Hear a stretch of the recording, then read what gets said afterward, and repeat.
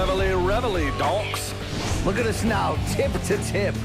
This is our life. This is our passion. That's the spirit we bring to this show. I'm Luke Thomas. I'm Brian Campbell. This is Morning Kombat.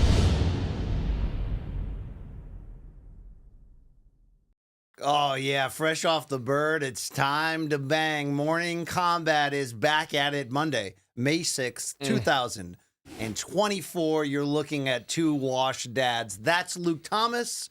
This is that BBC with that BDE, Brian Campbell. And Luke, we were in Las Vegas this past weekend.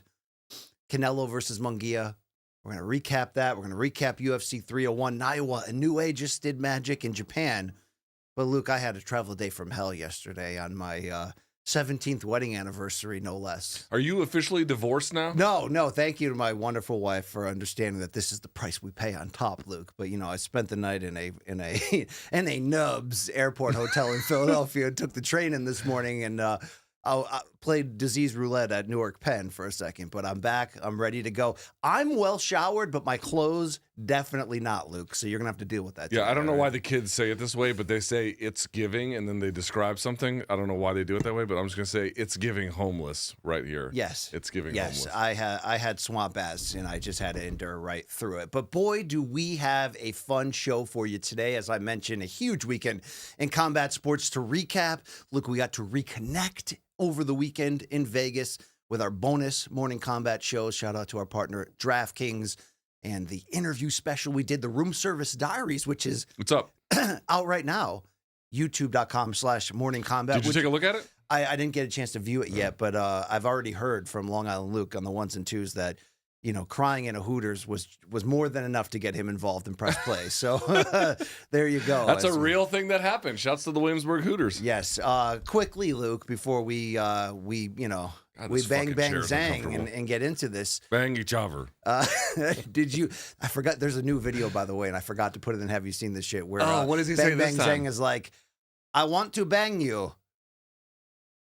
And they just like That's it? That's it? He just says, I want to bang he you? says, I am bang bang zang. No. He says, I'm going to bang I am you. going to bang you. Yeah, that was your pickup line in high school. Yeah, that was. Hey, something come here. right I'm there. going to bang you. Have you washed the? Did you have enough adequate time since you left early and didn't stay for Canelo to wash the Vegas off of you? Yes, I have. I showered in scalding hot water and like a Hooters in Williamsburg, cried in the shower. There it is. There. And I got it out of my system. I can't stand that city. Golly. I really, I really can't. I don't know how Brokamoto does it. I cannot. I mean, and everyone who lives there is like, oh, well, Vegas is not the Strip. Yeah, I fucking hope. Because the Strip gives me diarrhea. Well, diarrhea, bed bugs, and probably other communicable diseases. Well, speaking of diarrhea, we'll get to that in a second. But my guy Alan Dawson and I went down to Fremont Street and had that experience on so Friday you have the night. old school Vegas. Yeah, experience. that is a mind F to take in all of that visual. There's a lot going on there, Luke. Were you sober? No, but it was very equivalent to that scene in Total Recall when they go to Mars, and eventually leads to the third boob reveal, which is really just cinematic. Boy, Brian history at this Campbell and the point. third titty. I mean, yeah, no one wants a third titty more in their life than Brian Campbell. It was another world, Luke, and I'm not talking about the Cosby spinoff, right? Or isn't that what it's called? All right. Speaking of diarrhea, Long Island Luke in the back. Luke, did you happen to use the? No. I went number one in the bathroom. The one room. I went number one. You didn't order a double at the one room, right? No, I took a dump on the Amtrak train, which I hate doing. This is the grossest because you have to end up being like this the whole time. Good. Luke, can we show the text message in the back here? This is from Luke immediately after last week's show. This is fake news. I did not send that text. We have the HR police ready. Fake news. They are going to have to trace it, though. I did no such thing. All right, I've been set up. I'm like Ryan Garcia. Yes, you have. You just hate me because I'm religious. There it is. That's the intro for you. Let's get into the apps. Oh, there's our socials there. You can like and subscribe to what we're doing and also here. the merch. And how about our merch? Morningkombat.store. I'm not currently wearing any, although shout out to all the smoke, of course. Drink anillos, right? That's right. Anillos. But you can use our promo code LIVE10 right now, morningkombat.store. Get 10% off. Guys, we got better merch than your other favorite podcast, okay? Believe that. Although probably Average Joe Art does it for our other favorite podcasts too. You know, that guy's working out there. He's out there getting checks. All right, let's get into the show. Let's put the camera on me. Let me cook here.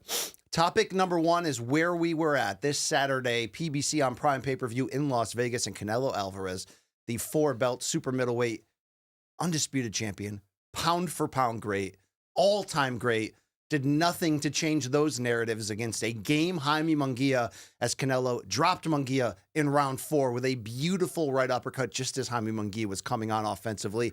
And it wasn't as if there was no danger the rest of the way, but we got to see prime pound for pound Canelo do that en route to a unanimous decision victory. So Luke, first and foremost, at 33 years old, he came in almost 2 pounds less than the 168-pound limit, was jacked up and down, cut. And you had Canelo saying, look, I was in the best shape of my life. Did we find out once again the F around and find out when it comes to Canelo? Don't put baby in the corner. Look at the way Canelo responded. People said he didn't want to fight Benavidez. We'll get into that topic soon, but he used that as fuel. Oscar De La Hoya, his ex-promoter, started a blood war between them. And we got, instead, was a focused, motivated, the best of what's left here of the great Canelo Alvarez. So at 33, Luke, how much is left? What did this performance say about where he is at pound for pound during the same weekend that brings Inoue back out, and Terrence Crawford, of course, competing for number 1 just the same? Well, we'll talk about Inoue in just a minute. And obviously, Terrence Crawford returns at 154 against Israel Madrimov in August. So we can have that conversation in a moment. But for Canelo, I have to tell you, BC, I feel like I'm a little bit alone on this. Standing to wipe? That partly, but also on the Canelo situation, I have mixed feelings about this win.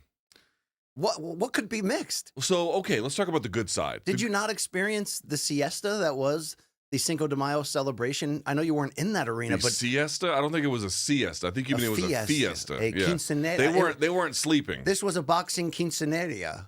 Quinceañera? Is that what they were doing? Yeah, I think that's what I caught in Newark. That's exactly what they... Did it translate through the screen of what this was? An all Mexican party, the first time since 2017. For sure it did that. Sure it did that.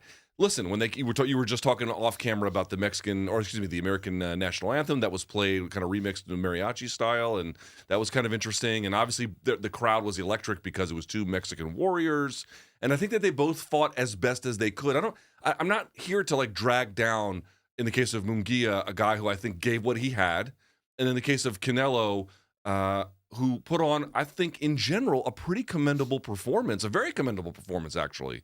His defense after round 4, once he dropped him with the uppercut, I thought Canelo's defense, Mungia, I thought for sure heading into this contest that what would limit Mungia in the end would be his defensive issues, and it really wasn't. Yes, he got hit with that one big uppercut, and that was great.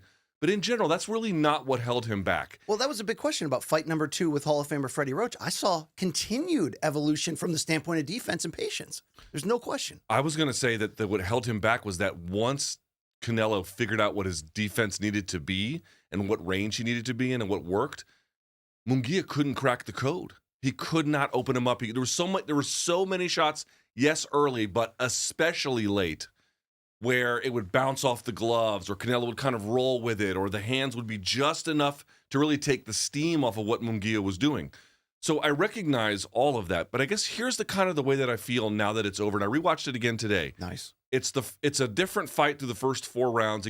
And then there's a bit of a surge back in like maybe round 9, round 10, but then again, Canelo kind of closes the door on Mungia. The problem for me in this fight was that, like, for example, BC, if you look at Mungia's size, he's huge.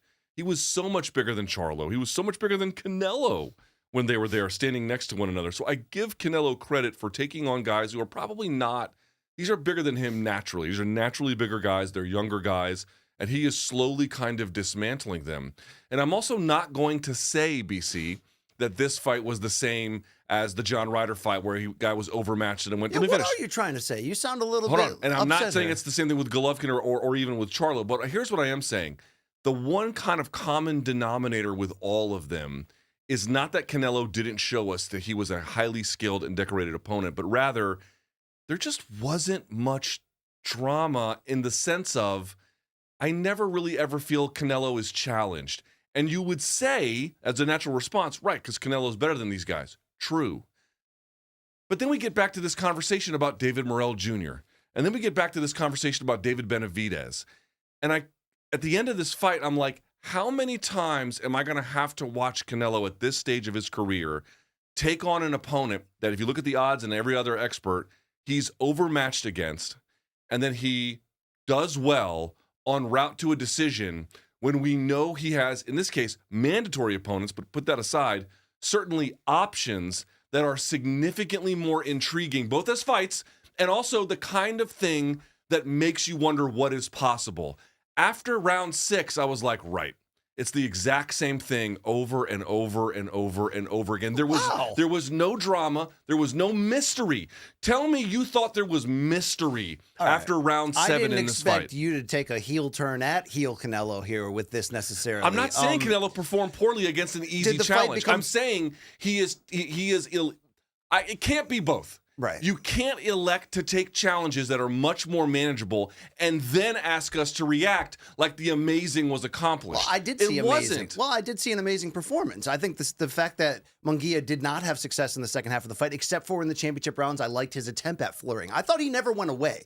I thought Mungia's stock rises a lot with this performance. The 12-round stamina, the first time he's showing legit patience and game planning in a lot of ways. Wasn't able to counter Canelo's adjustment in the mid-fight point ultimately, and who can against somebody with that experience. But I saw a guy who was hungry, constantly pushing.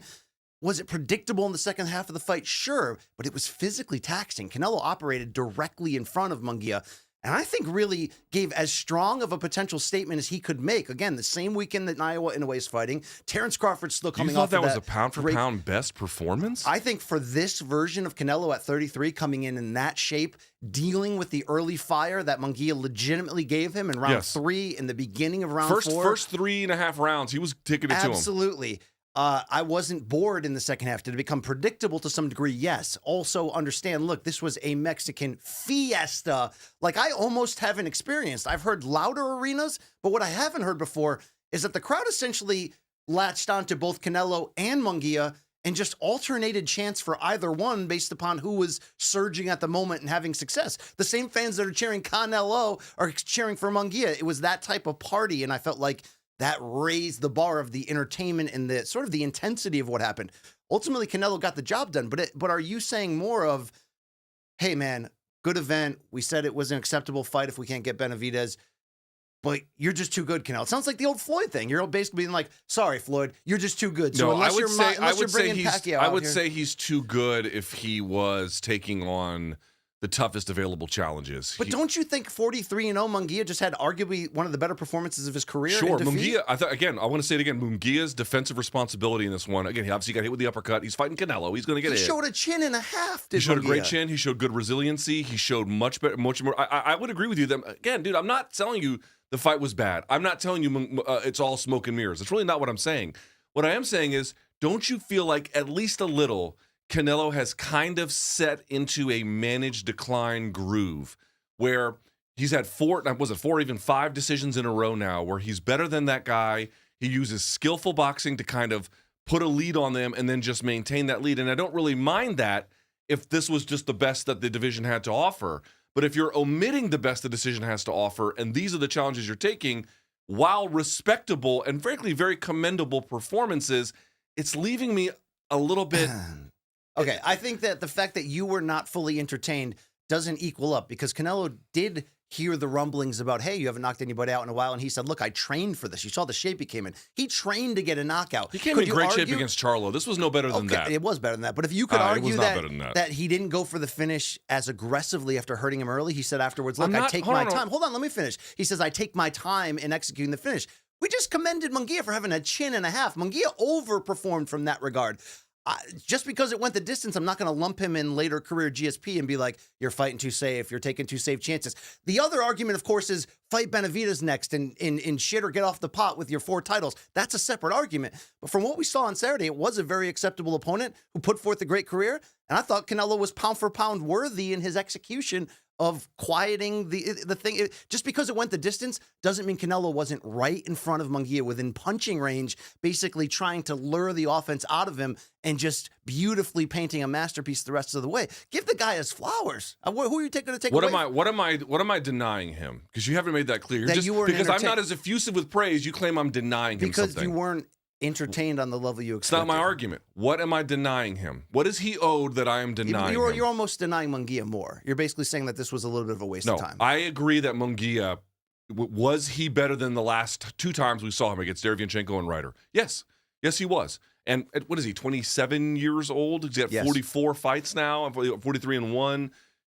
I'm curious to see what he does next. Would that performance have beaten, I don't want to say every other super middleweight because Morrell and Benavidez just It doesn't moved beat up, Morrell or David Benavidez at all. He's in the fight against those two. No. Really? Fuck no. Dude, you're saying Mungia maybe is not against in the fight. Maybe against Benavidez early, he is not in that fight against David Morrell Jr. No, absolutely not. And this is what I'm talking about. I didn't expect you to turn like this. I'm not mad at Canelo, but I don't understand why we're supposed to just heap the same, like near the same kind of praise that we're supposed to give Inoue for radically different performances, not radically, but very different challenges. And I think everything deserves place in its, I should say, everything deserves praise in its proper place. Dude, was Canelo impressive on Saturday night? Absolutely. But I kind of feel like we're setting into this like groove where it's like, okay, did we know ahead of time he was better than Mungia? Yes. Did we know ahead of time he probably had the defense to kind of work around it and shut him down over the course of the distance? Yes. And you got exactly that. I'm asking you, where is the intrigue? Where is the mystery? Where is the mystery about, oh my God, I actually don't know what could happen here? In the end, what happened was exactly what you thought was going to happen. And you go back to Ryder, what happened in that one? I know it was a mandatory. Exactly what you thought. And what was it before this? Charlo. Well, what happened with that one? Was the boring Triple G was a weird one too. But with Charlo, what happened to that one? We thought that's not all of Canelo's fault because Charlo really underperformed what are you grasping there. At here? I'm saying, are you really getting anything where there is genuine cliffhanger? I don't know what's going to happen here. Action. Part of that is because Canelo is so good. Sure. He shutts these guys down and then just dissolve and then takes apart the bomb. Fair enough, dude. It's not one or the other. Part of it is Canelo is that good. But the other part of it is like, dude, if we're going to go into a fight and say, we know what the stakes are here, and then it plays out exactly that way, I don't know that at the end we're supposed to be like, well, that was just an exemplary performance of the highest order. It is praiseworthy. He is legit. He is the face of boxing. I give him all of that. But these fights like this, there's no genuine mystery after round 4 or 5. Right, but there was a mystery of how he was going to deal with the waves between rounds 1 and 4 and 5. And it was interesting to see him. He got backed up by Mungia in round 3. He took on a little bit of damage. Obviously, his adjustments were so much better. The hand speed was the difference. There was a little mystery early. I'll give you that. Once he was able to start timing him with counter shots, yes, it wasn't about can Mungia come back. It became instead about can Mungia hang on. And ultimately, he showed, because I think he showed the chin. That's why he hung on. Let me ask you seriously.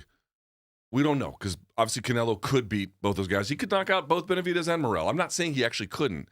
But what I'm saying is, do you really believe in your heart of hearts that David Morrell Jr. is going to turn in the kind of performance where by the time the 11th or 12th round is going on, Canelo's just settled into a groove and he can't figure him out? I think they will be tougher challenges than Mungia is on paper or in real life, which is the perfect segue, by the way, into topic number 2, which is about where do we go next with Canelo and what do we do with that elephant in the room who was ringside and Jim Gray asked Canelo about afterwards, and that's David Benavidez. So, Luke, I'm definitely going to tee you up in a second on how much this performance, if any, changes your belief in how Canelo would do against Benavidez or Morrell. But first, Jim Gray in the post-fight interview, who was added to the Amazon Prime team there, Prime Video pay-per-view, and he asked the right question. He said, okay, everybody wants you to fight David Benavidez. David Benavidez said, let's do it now, because Benavidez is moving up to 175 on June 15th, and he has already said this week, like, if Canelo can't fight me in this window, this is the last chance I can make 168 or I'm willing to.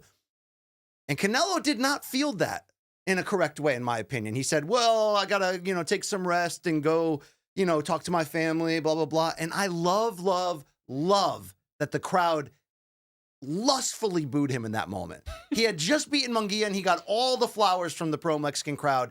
And then instantly they're like, wait. And I know that this is Canelo's argument that, like, when is it going to be good enough for these people? But we have to continue to counter with Canelo. You're the king. And when you're the king with all those belts, the rules are you must defend them against who's next in line. And David Benavidez is next in line. So Canelo did get dismissive and defensive and say, well, look, If the price is right, if you essentially he's saying, look, if you pay me the money I demand for this challenge to take on this risk, then I'll do it. Luke, do I love that after the press conference when he's doing media with like the LA Secback guys on the way out that he's kind of going, it would need to be 200 million. No, I don't love that.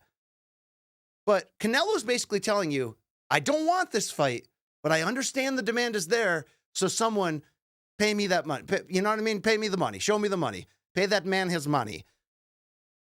There's a lot to break down here in terms of from Canelo's intentions to what he's going to look like against these guys. But I feel like you're trying to say that this performance against Mungia, because it became predictable and didn't necessarily force any of those questions beyond round 4 to need to be answered in terms of like, what am I going to gain from this? I feel like he looks pound for pound again. I feel like he looks incredible again. No. I feel like I would now upgrade. No, is Mungia the same fighter as Benavidez? No, but I would upgrade the chances I'm giving Canelo in a potential David Benavidez fight from this performance. I don't know how you could say either way. I don't know how you could say against that, is what I'm trying to say. I don't know how you could act like he didn't show you at 33 that he still got it. He showed me he is still a force to be reckoned with, if that's what you mean. Yeah, dude, I'm not going to sit here and say Canelo is some fraud or some scrub or bad or he didn't perform well. He did perform well. He is pound for pound good. He is, again, if he retired today, Hall of Fame. Like, no question about it. On the Mount Rushmore, probably, of all-time Mexican fighters. I'm not denying any of this. He might be number one. He might be. But what I am saying to everyone out here is, dude, and let me just put my cards on the table. And I've been wrong in this studio many times already. I would love to be wrong again. I mean that so sincerely. I would love to be wrong. I don't know exactly who he's going to fight next, but I don't think it's going to be David Benavidez. It is almost... Okay, let's put our cards on the table. Yeah. If he fights Edgar Berlanga next, who is Who the there fuck? and has been named the mandatory Oh my God, by who the the fuck wants WBC, to even see though that? Morrell and Benavidez have been sitting around. shocker Morrell that. and the WBA have been sitting around, been like, I'm your secondary champion. I'm the number one contender. I'm the interim champion. What else do we have to do? If Canelo doesn't go at Benavidez next, we have to bring out the torches. We have to say that at this point in your career, after looking that great against Mungia, and he did, that's why I want to give him the full credit. He looked pound for pound great. Dude, he looked great against a hand-picked opponent. Mungia is not handpicked. Dude, Mungia come on. Mungia just put the best version of himself ever in that fight and went the distance because of that beard and the pride he had. How could you act like he wasn't a danger to him? He's got mandatories he didn't take for this one. And if this one provided extraordinary action, or if he'd really blown him out, I'd be like, okay, that was I was not necessarily. I was kind of expecting more or less what we got, which was a competent, talented. It was fun. It was fun to see. It was fun for a while, but then when you realize Mungia can't unlock the door anymore, it was no longer fun for me. Okay, but why do you unless your whole stance right now is, if this was a tournament and this was just where these ended up and he turned this in, that'd be one thing. But this was a picked opponent. Canelo, you can't BC. You cannot on the one hand tell me he's the face of boxing. He's got mandatories he's not taking, and then tell me Mungia wasn't handpicked. Yes, the fuck he was. Canelo is out of chances, excuses, or moves in the court of public opinion to either fight Benavidez next or you will never fight him, and we have to, I guess, determine how much this will be a stain or an asterisk on his incredible all-time great resume and career up to this point as we closing in on 20 years as a professional. I fully agree with that. But if he does fight him next, we all said if you're not going to fight Crawford or Benavidez, the only fight we'd really accept was Mungia. Yes. Well, look, it was a big event. It was exciting. I know maybe more for me in the arena than you at home. You're juggling UFC coverage at the same time. That's true. But I did rewatch it, but yes. If Canelo doesn't go the direction of Benavidez for any other reason not gonna. For any other reason next, then let's drop all the bricks on him. Let's back up the truck of You already said he was ducking Benavidez. I already said he is, yes. But I just don't like this tone where you're like, nothing to gain from this Mungia fight. Waste of time. I didn't say nothing to gain. What I am trying to point out to you is like, dude, how many times... It's a question for you. Yeah. Because I've reached my limit. How many times do you want to see Canelo clearly not take, not just one, two of the toughest challenges in this division, and then beat a talented, hardworking, spirited performance from a challenger, but one who's ultimately overmatched, and that Canelo just kind of, I won't say he cruises, but settles into a groove where he keeps the lead on him for the whole time? How many times do you want to see that? He's out of chances. I'm out of cares. Yeah, okay, fair enough. Then we're actually not far apart. Okay. Because what I'm saying is, this was the last one for me. This was the last straw. I can't do this anymore. And if he picks, I love, dude, Canelo, literally, we united over Canelo. We found each other over Canelo. That's how I met your mother. Yes, dude, I'm serious. I love Canelo. I love his style. He has provided us so many memorable nights. I don't really mind that night, Saturday night. But I guess what I am saying is probably this is the best way to put it. BC, I've had my limit with this. Okay. I've had my limit. I'm with you. I'm done with Shit this. or get off the pot. Yes. Because there is a stain. There is a price you have to pay if you're not going to fight, especially when the guys have been next in line for years. So I want to ask this. Look, Benavidez, I believe, is doing the right thing by moving up to 175. He's going to co-headline the pay-per-view. And was there in June attendance 15th. on Saturday. He was there in attendance. What also could hurt Canelo moving forward, because outside of like Berlanga, he's really running out of opponents. Really, he really is. Morrell moved up. Could Benavidez be also effing Canelo by doing this? Because think about it. Artur Beterbiev just ruptured his meniscus in his knee, so he's out of the Bivol fight June 1st. Bivol's going to instead defend the title against an unbeaten opponent from Libya, sort of an unknown guy that they threw in to just save the card. But that's probably the route Canelo would want to go. If he still desires any smoke at 175, you would think, okay, with Beterbiev out, maybe try to get a big money rematch with Bivol. Dude, Benavidez might take that from him. If Benavidez goes in there and wins this, it's not a secondary title, but I think it's an interim light heavyweight title that he's fighting against Gvozdyk? Against Gvozdyk. It's like a semi-real belt, but it will really establish him in the new weight class if he wins. What if he stops Gvozdyk? What if he did that? And then is like, okay, Beterbiev's hurt. Well, Bivol, I'm coming after you. Let's do it. Let's do it in Saudi. Let's do it for Saudi money. I think it would behoove Canelo, and I think he's going to ultimately get to this point from a businessman standpoint, that if he goes the route of Berlanga and cashes in on that mandatory and does Mexico versus Puerto Rico, he can even do it in New York City, people are just going to look down on it and call him out for ducking Benavidez. Meanwhile, Benavidez might go from winning this title to potentially lining himself up against Bivol with Saudi money behind it. It behooves Canelo now, in my opinion, to go in the direction of Benavidez aggressively, but it also behooves him to beat Benavidez to the punch from the standpoint of getting the finances he's looking to get to make this fight happen. According to Canelo, his $35 million guarantee is not going to work for this one. So, Luke, I know he's saying $200 million, but that's ridiculous. Do you think Saudi could step in and be the final middleman? Remember when Les Moonves and a waiter in L.A. somehow made Mayweather-Pacquiao happen back in 2015 and the circumstances of events? Is it going to take Turki Al-Sheikh for Canelo to fight Benavidez in September? It's the best shot. It's the best shot. Short of that, I don't think anything else does. I don't think there's presently, as we're talking today, I do not think there is a significant amount of evidence that indicates Canelo wants to fight Benavidez or Morrell. As we all know, if that is the case, there's probably some reason we understand that. I think that the Saudis could, with an overwhelming amount of money, but I wonder if he is simply putting up an overwhelming amount of money where he can just goalpost it. Oh, you can come up with 250. Oh, you can come up with 253, 350, some outrageous amount to the point where they're like, okay, we're not doing this. Like you don't actually want it. We will have to see. But BC, I really, really, really want to hear what you have to say if we get to the point. Now, again, if he takes on Benavidez or Morrell next, yes, I will shut my stupid mouth and I will honestly give him his flowers because I think taking that fight now is tough. There is genuine mystery. There is genuine intrigue. I do not know how that fight is going to go. He hasn't been an underdog in the odds. I looked this up today since 2018. What was that? The first Golovkin or second Golovkin. Because obviously the first one was highly controversial. So we would be putting himself. This is what I mean. I mean risking it for the biscuit. Hell yeah. But if he doesn't, and if he takes the Berlanga fight next, when Berlanga, by the way, was also there, I want to say this. Shouts to Caleb Plant. We'll see that, and have you seen the shit? But wow. Smoke asked for. Caleb Plant versus Edgar Berlanga, I'd be a little more interested in. I still think Caleb Plant smokes him. But, Canelo's just a different level than that altogether. If he takes the Berlanga fight, I really want to hear what you have to say at that point. I'll tell you it now. I mean, look, I already said on this show, and I tried to tee it up to Canelo even the best I could without outright saying it. You're ducking Benavidez, and I'm saying it, and a lot of us are saying it.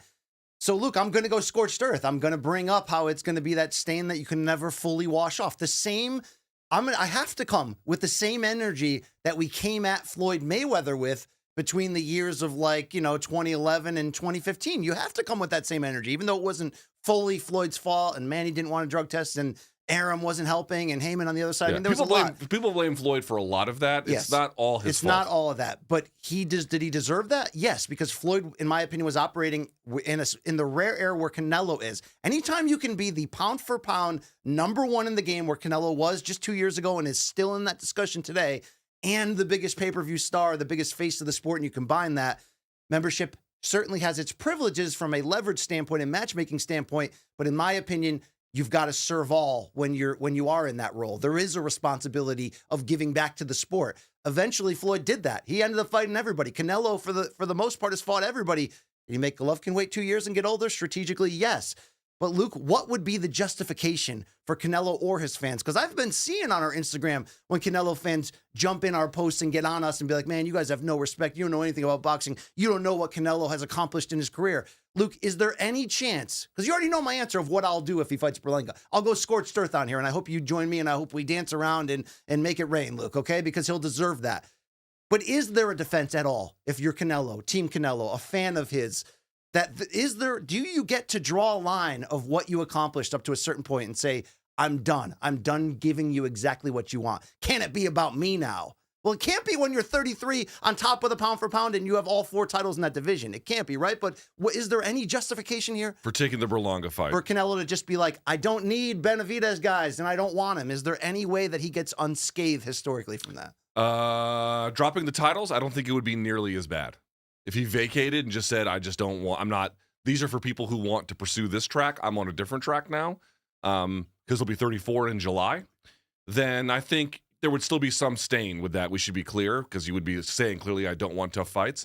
But you wouldn't be mucking up the system. You wouldn't be causing some of the creative, or I should say, some of the infrastructure problems, the architecture, I should say, the architecture problems of the belt system. It wouldn't be as bad, I think. But he's going to have to make a declaration one way or the other. He is going to have to put his cards on the table one way or the other. There can simply be no acceptable choice other than Benavidez or Morrell. Dude, I have no interest in seeing him fight Jermall Charlo. I have no interest. I mean, Charlo, I would like, I'd catch the highlights. Sure. Dude, the Berlanga fight.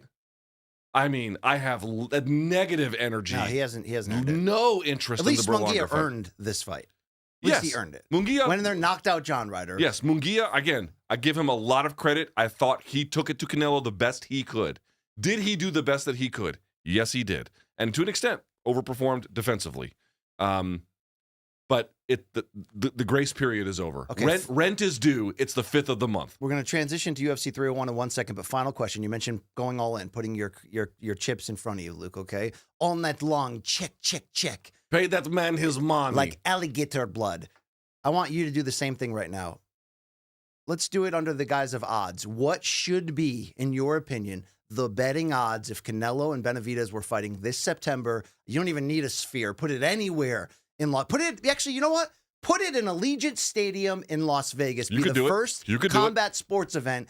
I mean, it'll be a thing, dude. If Mungia versus Canelo was a frickin' thing in Vegas this weekend, and it was, this is bigger than Fury Usyk. Not as historically big, but certainly from fan interest and all circumstance, that. Yes. What should be the betting odds based on the performance Saturday night? With Morrell, I'm not too sure. I'd have to think about it a little bit more. But if it was David Benavidez, I'd say him minus 250, Canelo plus 200. Whoa! Yeah. So you are still firmly in the... There's smoke in the championship rounds in that fight that Canelo may not want. Dude, but you also think he can't swim in there. You also think he can get through that smoke. I'm saying he would have to climb a hill. The reality is, going into the Mungia fight, I only believed Mungia could win if I thought if Canelo proved to be washed. He is not washed.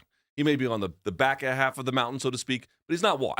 I think that's the thing we got from Saturday. Is this guy washed? No. No. Not washed. Absolutely. And I do think he can beat David Benavidez. I want to be clear about that. I might favor Benavidez to win, but like heart of hearts, do I absolutely think Canelo can win? Much more so than I ever thought Mungia could beat Canelo. But this is what I'm talking about. Yeah. This is what is missing right now. And that would be acceptable if like Canelo was taking on the very best guys and making them look like Mungia. But when you're omitting the 2 best ones, it's like, guys, I've had enough of this. Okay, I've had enough of this experience. Forget the $200 million. If they can get the guarantee, whether it's Turki Al-Sheikh or Al Heyman or whoever, they can get it to $75 million. Is that acceptable? And should that be enough for Canelo to say yes? It should be more than acceptable for Canelo to say yes. I honestly, and I want to be fair to him. That's a lot of freaking money, It's a shit ton of money. I want to be as fair to him as I possibly can. I don't know what Canelo's going to do. My hunch is that he's going to fight Berlanga, but I hope to be wrong. I really, dude, if they announced motherfucking Canelo versus David Benavidez for September, Allegiant Stadium or any other place, I would dance the jig. I would be so thrilled. Topless? I mean, we got limits on this, but point being is, BC, would you not seriously? If you got a press release, Canelo to fight David Benavidez, September whatever it is, 15th, whatever the Saturday it falls on. This would be huge. I would dry news. hump these walls in here, Luke. There's no question. You'll but do that anyway. Here's my biggest fear, and this is really our final point. Canelo made Triple G wait almost 2 full years, and that got him older. We've argued that making Benavidez wait is not a good idea because Canelo's getting older and Benavidez is just getting better. But he's getting bigger. What I don't want is that Canelo knows he's getting bigger, and Canelo knows he's moving up to 175. So in Canelo's mind, is it fight Berlanga to close the year, get everybody angry, but then I plan on fighting him in the spring, and he's hoping that by allowing Benavidez this time to get acclimated to 175, that when they do fight at 168 for all the millions, that Benavidez won't be able to turn down, Luke, because it's generational, life-changing money, the defining fight of his career, that maybe he depletes himself to cut down to make that 68 one more time, and then we get a compromised version. I don't want Canelo to play the leverage game to eventually give us what we want. Hey, we still got Mayweather McGregor or Mayweather Pacquiao, but they were 38 and 36 when we got it. That's the truth. That's the truth. Okay, I hope that that's not the truth in this case. I hope it's not. He'll be 34 in July. Clock is ticking. He better do it soon. There it is on the boxing front from the weekend. Topic number 3, though, we transition to mixed martial arts. We're usually supposed to bounce these, but I'll let it slide today. Yeah, look, I'm not even in the right headspace. It's all right. It's fine. Or ass Did you space. comb your hair this morning? I didn't really do much with the hair. I did. Again, I'm well showered. The clothes, not so much. I'm trying to become a minimalist packer, but the problem is when you have to... A Millenist packer? A Millenist packer. You're trying to become a Millenist language user? Curtis Millender. The problem is, when you have to stay another night, you run out of clean shit. Back to put the camera on me. Here we go. UFC 301 pay-per-view was Saturday from Rio de Janeiro, Brazil. And what we saw in the main and co-mains was really a triumphant night for the warrior spirit of what makes Brazilian fighters so great. Let's start in that main event, which turned out to be a close one here, as Alexandre Pantoja made the second defense of his flyweight championship, going the 5-round distance with upstart Steve Erceg, who was making just his 4th appearance in 11 months since debuting in the UFC. Luke, they would go 5 rounds, a unanimous decision in the favor of Pantoja. Some say there's a little bit of a scoring snafu, or at least a disputed outcome that it could have gone either way. But I think the universal thing here is that Steve Erceg may have dropped the ball in round 5, and you saw him himself dejected during the score reading after the fight, admitting in the interview that he blew it. Luke Thomas, did Steve Erceg blow it late in round 5 with the 125-pound championship at stake? It pains me to say this. This one, it really does pain me to say. He did. He blew it. He absolutely made a critical error in judgment. Like Gastelum going for the takedown against Adesanya late in round 4 when having him hurt at 236? That's a different kind of bad decision, but also a bad decision. I mean, because there you're like, well, Izzy was hurt, and he's also not a grappler. I can sort of see why you would go for a takedown, but again, it wasn't the right call, and it blew up in his face to a degree. This one, it's like, I understand what Erceg was trying to do, right? So you might be up in the 5th. It's kind of going your way. Maybe it's 50-50, but no, he was not fighting out of a deficit in the 5th round. You have about 2 minutes to 90 seconds left. Hey, if you can get a takedown, a little bit of ground and pound, and enough control time, you can win this one. You can ride this one out to the end, and you can get the decision. I understand the logic, but at the same time, he had gone for a takedown either earlier in that round or round 4, and that also blew up in his face where he got reversed. That was the lesson to take, not to do it again, and he did it again. And he got immediately reversed. He got thrown to his hands when a guy who is a much better scrambler and a much quicker guy, I think generally Pantoja is a little bit quicker. He certainly fights with a lot of intense, quick purpose. Throws him by, forces him to his hands, and then ultimately is able to get him to the ground and then ultimately control him for either the rest of that round or the good chunk of it, and gave the other guy the fight. And I understand the point of, I want it to fight on my terms, but you have to understand what my terms means. Yeah. To me, watching this fight, and I don't know how his coaches feel, I don't know how you feel, I'd love to get your perspective here in just a second. To me, you can actually go back, and I was watching it on a stream. You could see me say it. I'm yelling at the screen, pump your jab. Pump the fucking jab. Because the jab was not perfect, but working. It was working. Put something behind that. Maintain distance. That kind of a thing. And instead, he closes it, goes for the takedown, gets almost immediately reversed, and everything goes the other way. This is what I don't actually think, BC. Here's what I'm going to say. I don't think at all Steve Erceg is way too good and way too talented to say he has poor fight IQ. This was an example of bad judgment in that moment, but the difference to me, BC, this was a guy who showed his octagon inexperience. Yeah, 100%. This is a guy, remember, he's been in 3 UFC fights before this, 2 unnumbered events, prelims, early prelims, 1 main card fight prior to this at the Apex. This guy flew from Australia to the other side of the world, took on a hostile crowd and a very tough opponent. And was cerebral, was poised, and for was 23 minutes fought but the whole time he fought his ass off, but made, for the most part, pretty good decisions. And then fucked it all up at the end. I think he didn't know how to win a 5-round fight in this way. But God bless him, he tried. Look, there's always going to be. I said something similar to this after Devin Haney lost the Ryan Garcia fight. Yeah, it was a monster upset. I don't think it would happen again, but I think there's certain lessons that can only be learned inside the ring or the cage. Stipe Miocic in the first fight against JDS, right? He learned he needed to up his cardio, but we learned in that fight, which I think we kind of learned in this one, that he's coming, and JDS was able to just kind of guard the barrier enough to get the victory. I think in some ways Pantoja guarded the barrier enough to get a victory, even though Erceg looked like he had the path to victory and overall looked to be the better performance. But did this absolutely affect the scorecards? It did, right? Pantoja wins 3-2 on 2 of the scorecards, 4-1 on the other. If you switch that 5th round based on that, could be a split decision or majority decision. He would win a majority decision, yeah. For is it split or majority? I guess it'd be majority because one would have had it 3-2 for Pantoja, and so it would have been 3-2 Erceg, 3-2 Erceg. Oh no, so it would have been split. It would have been split. Excuse me. But yes. One mistake. I mean, different than Valentina's spinny shit causing Grasso to get the submission, and you're like, wow, one mistake. We've seen one mistake there, but the timing of the mistake was bad. But you got to learn those lessons the hard way, no matter how good you are, no matter how experienced you appear to be for a young age. And this was Erceg, young in the standpoint of only his 4th UFC fight, less than a year in the company. Sometimes you got to fumble it on the biggest stage, and it's the old NBA playoff adage. You got to learn how to lose before you can win. That's you know true. What I mean? And but the problem is, dude, just think about it. How many UFC fighters statistically ever compete for a title? Not many. Whatever it is, 1% probably or less. Now, add in how many ever compete for a title after losing a title fight in their first opportunity. That number plummets again. It is so low. It is this is I'm not saying it's the only chance. That's probably not true at 28 years old. But this was a good chance, and you just don't know. I will say this, though. Because I think you picked him and I picked him to win on Friday's show. He didn't get it done, so in that sense, we were wrong.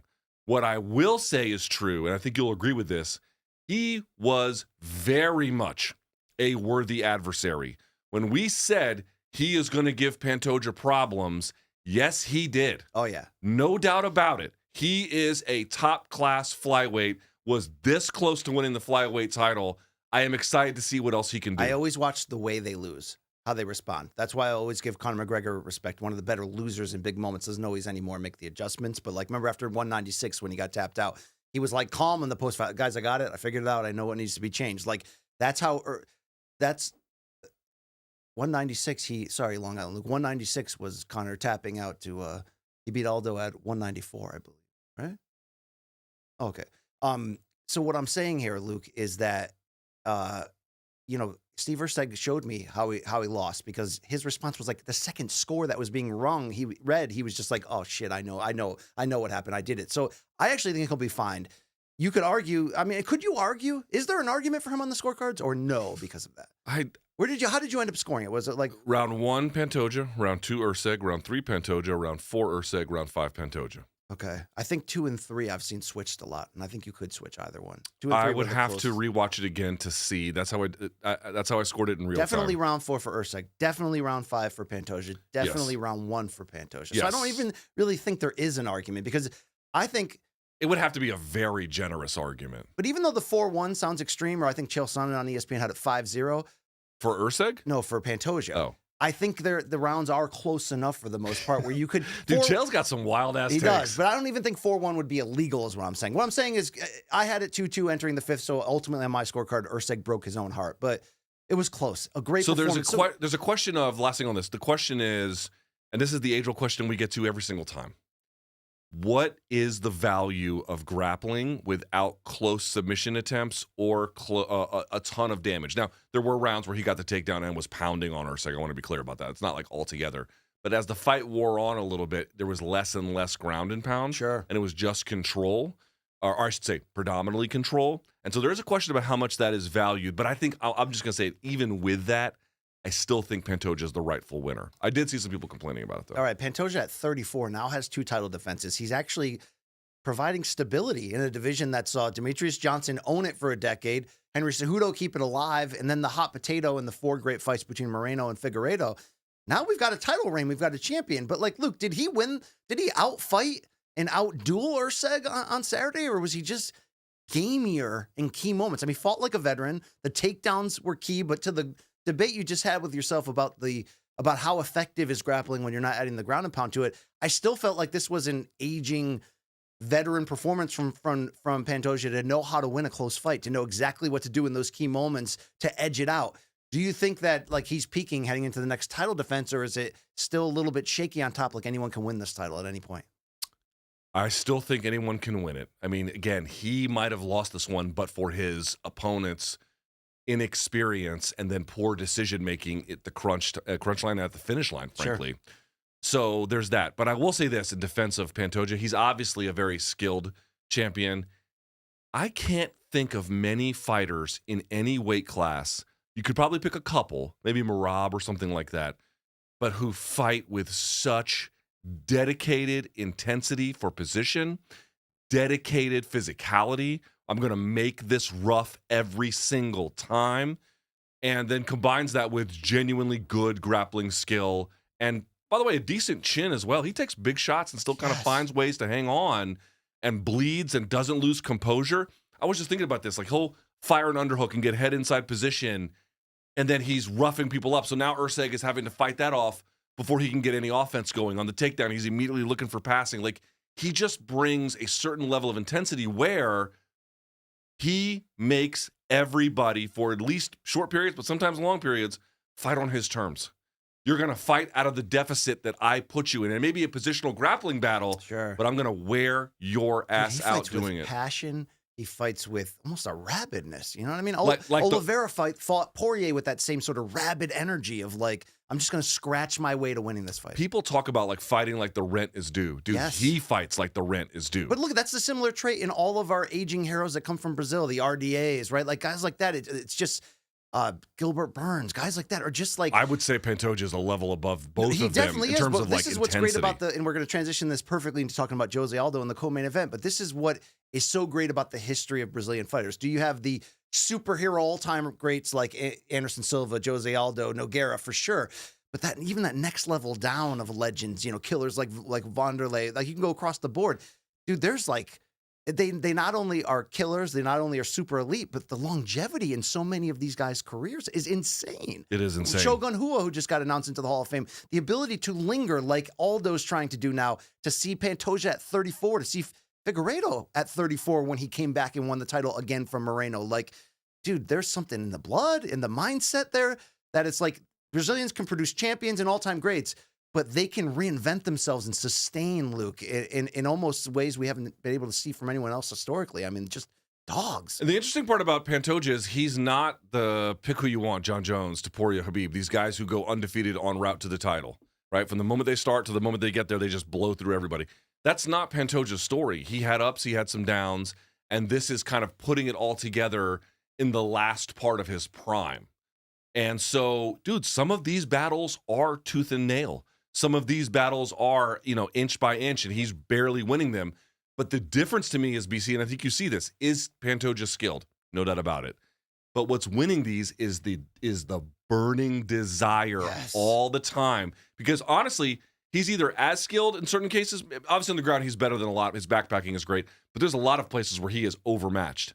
But he makes up for that by just getting in your fucking face and making you fight on his terms. and that's why he's just barely eking it out sometimes, but he's consistently doing that. He's got a formula. You haven't felt anything burning in your loins to that level, Luke, since those frat house STDs. Since I had jock itch in high school. There you go. Let's go to that co-main event. Speaking of Brazilian legends, Jose Aldo at age 37 comes back from retirement, in which he was inducted to the UFC Hall of Fame, and chooses to close out his current UFC contract on his own terms. He admits that he turned down the UFC's extension offer. And what did he do in the co-main event? Went in there against Jonathan Martinez, riding a 6-fight win streak, and dropped 3 30-27s over the course of the fight, relying on his boxing, looking to be into incredible shape. Great cardio, the full transformation that we've seen in recent years of Aldo from featherweight king to now still dangerous veteran bantamweight was on full patrol here, and you got the full experience. Luke, at 37, how great is Jose Aldo still after this performance? Dark horse title contender. Dark horse title contender. He announced his retirement in 2022. He has been off for some time. 37 years of age, at bantamweight, one of the toughest divisions. Amazing. Taking on a guy who was a surging contender, still ranked outside the top 10, which I do think matters. But like Jose could have got hurt bad in this fight if he wasn't as dialed in at this That's right. stage. And I was watching this and I was saying to myself, okay, BC, here we go. Say yes or no. Did his reaction time look good? Yes. Did his willingness to take a punch and then throw back look good? Yes. Did his quickness look good? He looked like he went to the Fountain of Youth. Is this the post-USADA era shining through? It could be. It could be. You know me about anti-doping. People don't want to have that conversation, but we have no idea. He looked awesome. He looked awesome. And the point I'm trying to make is, did his decision-making look good? Yes. So did he look prime Jose Aldo? No. But was there a drop-off? Not really. Not much of one from the last time we saw him. And I'm pre-Marab because that fight was at altitude and he just got held against the wall. Jose Aldo looks just as good as the day he left the UFC, maybe even a little bit better. Jonathan Martinez. Now, this one we did kind of expect a little bit. I even said, what is Martinez's calling card? The kicking game, and particularly the leg kicking game. But Jose Aldo, fearsome leg kicker, underrated defense. And when you mix that with the takedown defense, like he'll shut you down. He will shut your shit down, and then you better have an answer. And Martinez, for as good as he is, and I want to be clear, dude, this is why the win is so good for Aldo. Martinez is a good fighter.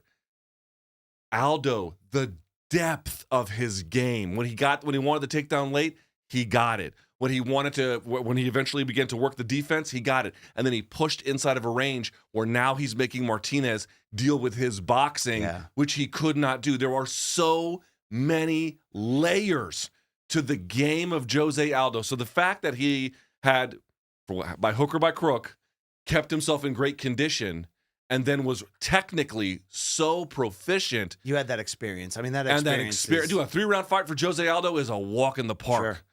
Wow, what a performance for the king. And I want to say one more thing, if I may, BC. There's a lot of newer fans that come to the sport every few years, some after the pandemic, some even since the things got going after that, right? Sean Strickland brought in a lot of fans, Luke. He certainly did, and they all seemed like they're very unhappy, undersexed males. But the point I want to make here is... it's just a lot of dudes who are not getting their dick sucked. I mean, that's just a lot of angry dudes. I think we just lost a sponsor. Okay. Or maybe gained a few. I'm not sure. But the point, not him, I'm just saying the followers. A lot of dudes who just, okay. There are so many people who I see, GSP wasn't that good. Oh, Aldo wasn't that good. Yeah. Oh, John Jones isn't that good. And I'm like, everyone plays this game where later on they look at someone's resume and they begin to be like, well, that wasn't that great. That wasn't that great. And then what you realize is is nonsense. But it's so great that Aldo has come back around and seemingly out of nowhere, dude, dismantled a very good contender. I don't care. I mean, look, if he's drinking a different brand of coffee and this one's stronger, look, we're going to always be open to the potentials of what's going on there with aging athletes being able to turn it back on.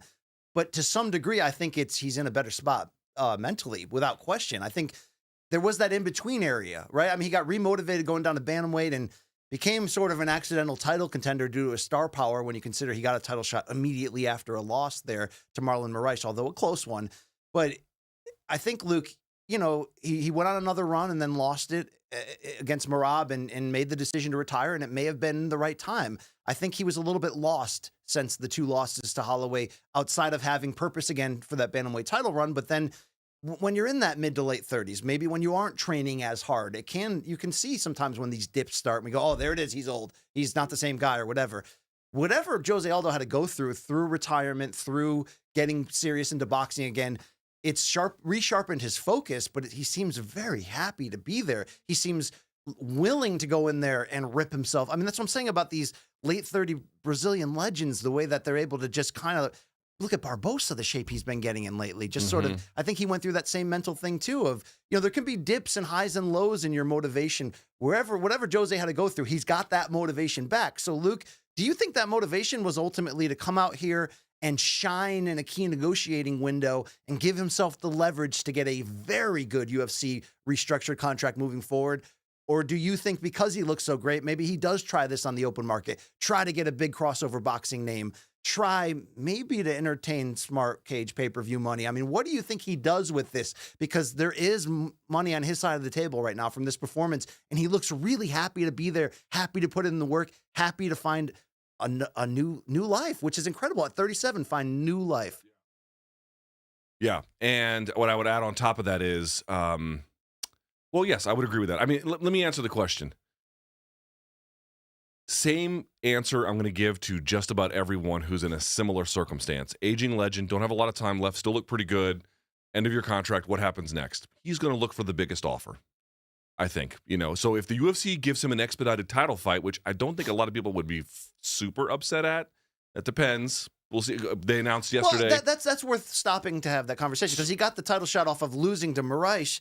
He just lost to a controversial loss. I won't say controversial. I just think disputed. I just think that the right decision was there's difference between controversial and disputed. Disputed just means people are split. Controversial usually means somebody got it way wrong or there was a well, I guess it would depend on your view of the judges and how charitable it is to make it. Either way, a lot of people felt like he won that one, but okay. But considering he lost to Merab, who's probably getting the next title shot. In fact, Sean O'Malley this weekend was fielding reporters' questions about, are you fighting Merab in the Sphere? And he was like, well, maybe not the Sphere, but I could be fighting him in September. There's no chance Aldo deserves to get slid in above Merab, but could he get O'Malley on a short turnaround if he beats Merab? I mean, it's not a short turnaround because it would have to be this fall that he would fight Merab. What does Jose do? Could he get a really heavy UFC new contract and kind of wait in line potentially they could use that name He could again? get the winner of Merab and Sean. I don't know what a Merab versus Aldo fight does on pay-per-view. A Sean versus Aldo fight does a lot better, obviously, especially if Sean coming off of a Merab win. If Merab gets the belt, I could see doing that rematch in Brazil, Jose versus Merab. Yes, and you put a co-main event, you could even put a bigger one there. But does he deserve it for one victory out of retirement against Jonathan Martinez? No. Deserve, no. But this isn't a world where you get what you deserve. This is a world where you get what you leverage for yourself. That's it. I feel like your money's leaning toward him coming back to UFC, that they'll take care of him and he'll come back. So I'll say this. Here's what I think are his 3 best options from the outside looking in.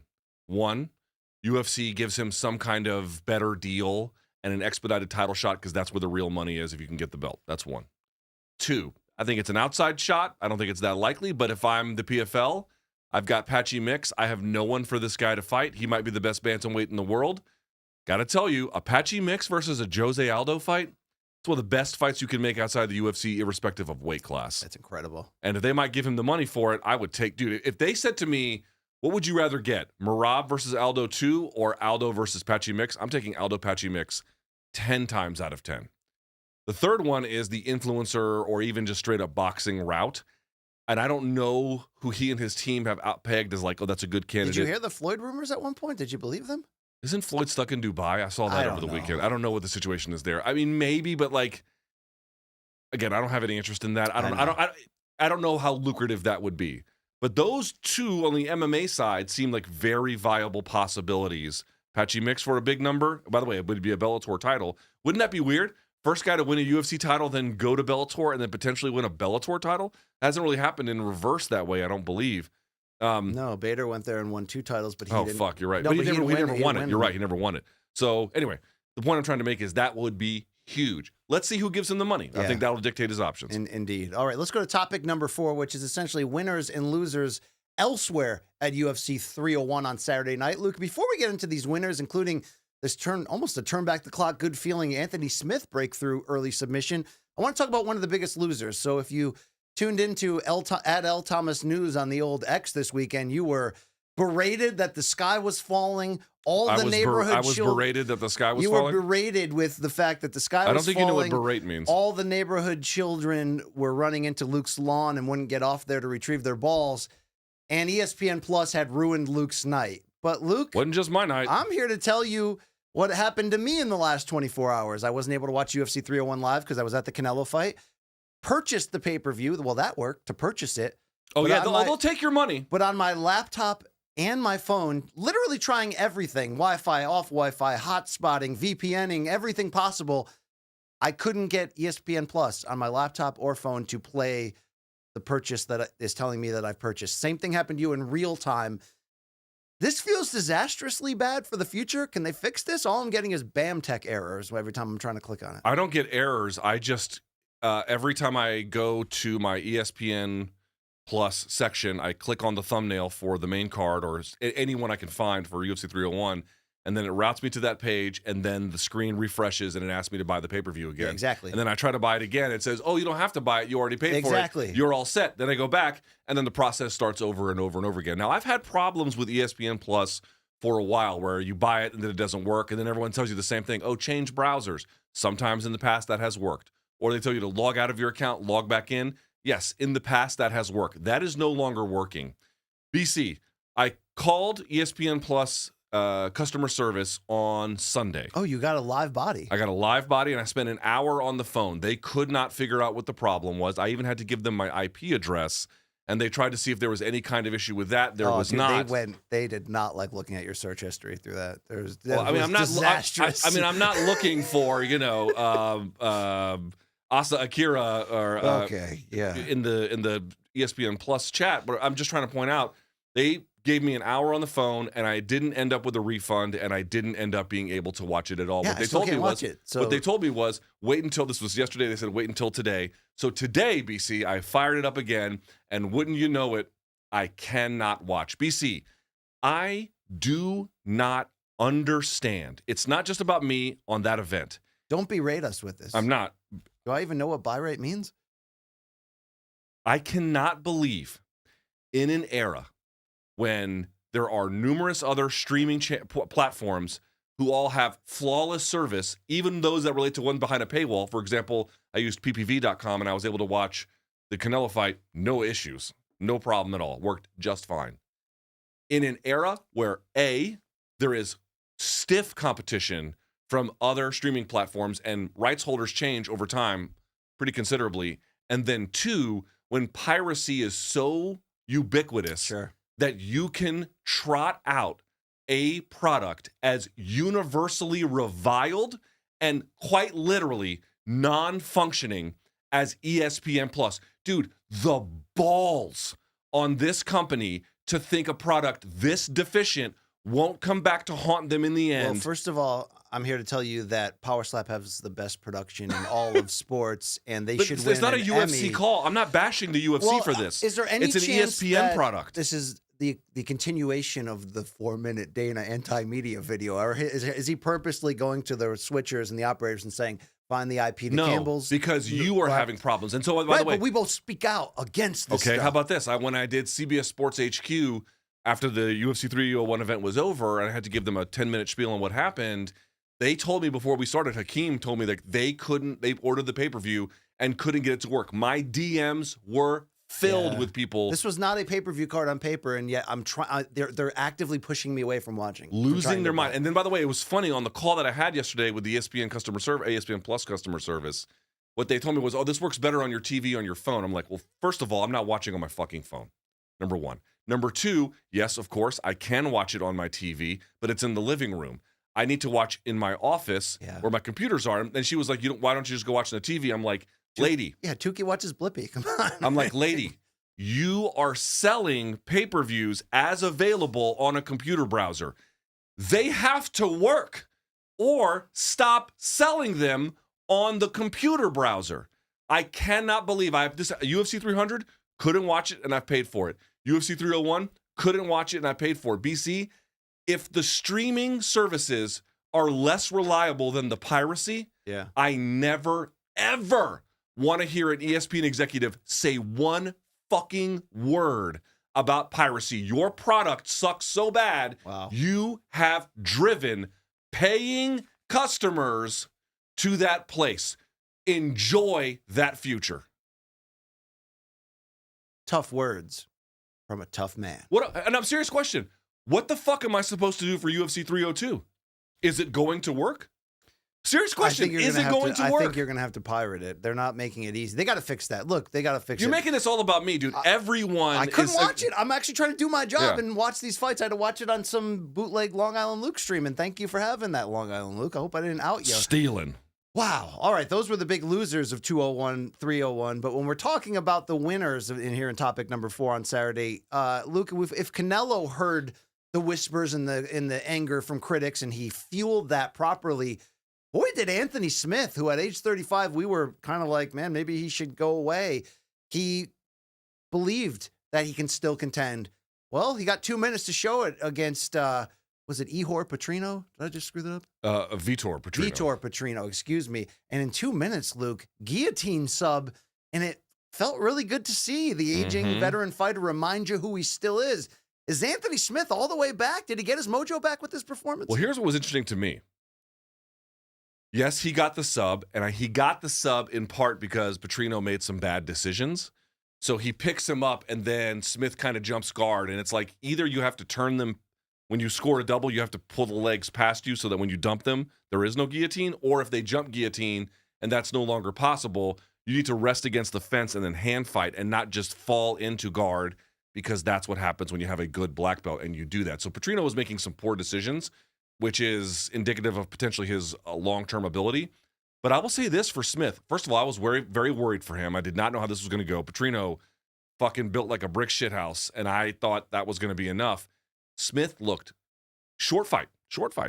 He looked physical. He was in the pocket. He was landing and throwing leg kicks. He was confident. He was marching down Petrino. Looked confident. Think of the mental warfare you have to go through at that point in your career when everyone's telling you to walk away. They're like, you got a good broadcasting job. Just go. You don't belong here anymore. I love that it rallied him to this performance. I mean, he was so poised and confident and surgical, and he got the job done. It felt great to watch. He absolutely did. I mean, this does speak to an extent to the depth at light heavyweight. Sure. But for the Anthony Smith experience, where he had even said, everyone is counting me out. They want me to be a gatekeeper. This is about a passing of the torch. And he even said pre-fight, fuck that. And of course, he's getting lambasted on social media for it. And then he goes out and he does that. The demise of Anthony Smith was grossly overstated. There's a little bit of life left in that tank. I think he should get a big fight out of this. Can he win a title? That still seems like a pretty big climb. That big fight be the grappling challenge that him and Alex Pereira have been going back and forth about? I would love to see that. I Really? think Smith wins High that rollers, one. maybe? Yeah, probably. I think Smith wins that one. Smith's very good on the ground.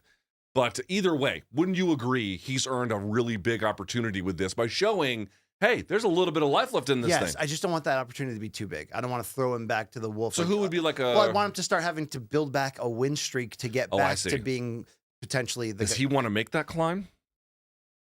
I mean, if not, you become a name opponent, right? Yeah. So it's like, I think he wants to make another run at contention. I think, this has to rejuvenate him to believe he can do that. This division might be, to your point, inexperienced enough that he might be able to make some. I mean, the guys, Luke, that we thought would be here at this point, and Kalaev, Rakic, they didn't exactly get here. It's been mayhem atop this division. That's right. So we'll see what happens. You could do the on there. Rakic rematch. I know he lost, but it might work out in terms of the rankings and everything. I mean, either way, when you're an aging fighter and you've been through a lot of damage and then you sort of rejuvenate and resurrect, your gift is always going to be an even harder fight that could produce That's right. another knockout. Just more loss, but difficulty. That's the grinder, the meat grinder we're in. We're going to get into Michelle Pineda, I believe, in DMs from Donks, Luke. But Caio Caio Borralho is certainly a middleweight prospect who's rising, and he only needed a few minutes to send friend of the program, Paul Craig, back to the stab capital of the world, Glasgow. I think. Brandon Wise of CBS Sports thinks we broke Paul Craig because How did we break him? when he appeared in London on our interview show, Room Service Diaries, and we're like, man, this is the funniest guy ever. He's the best.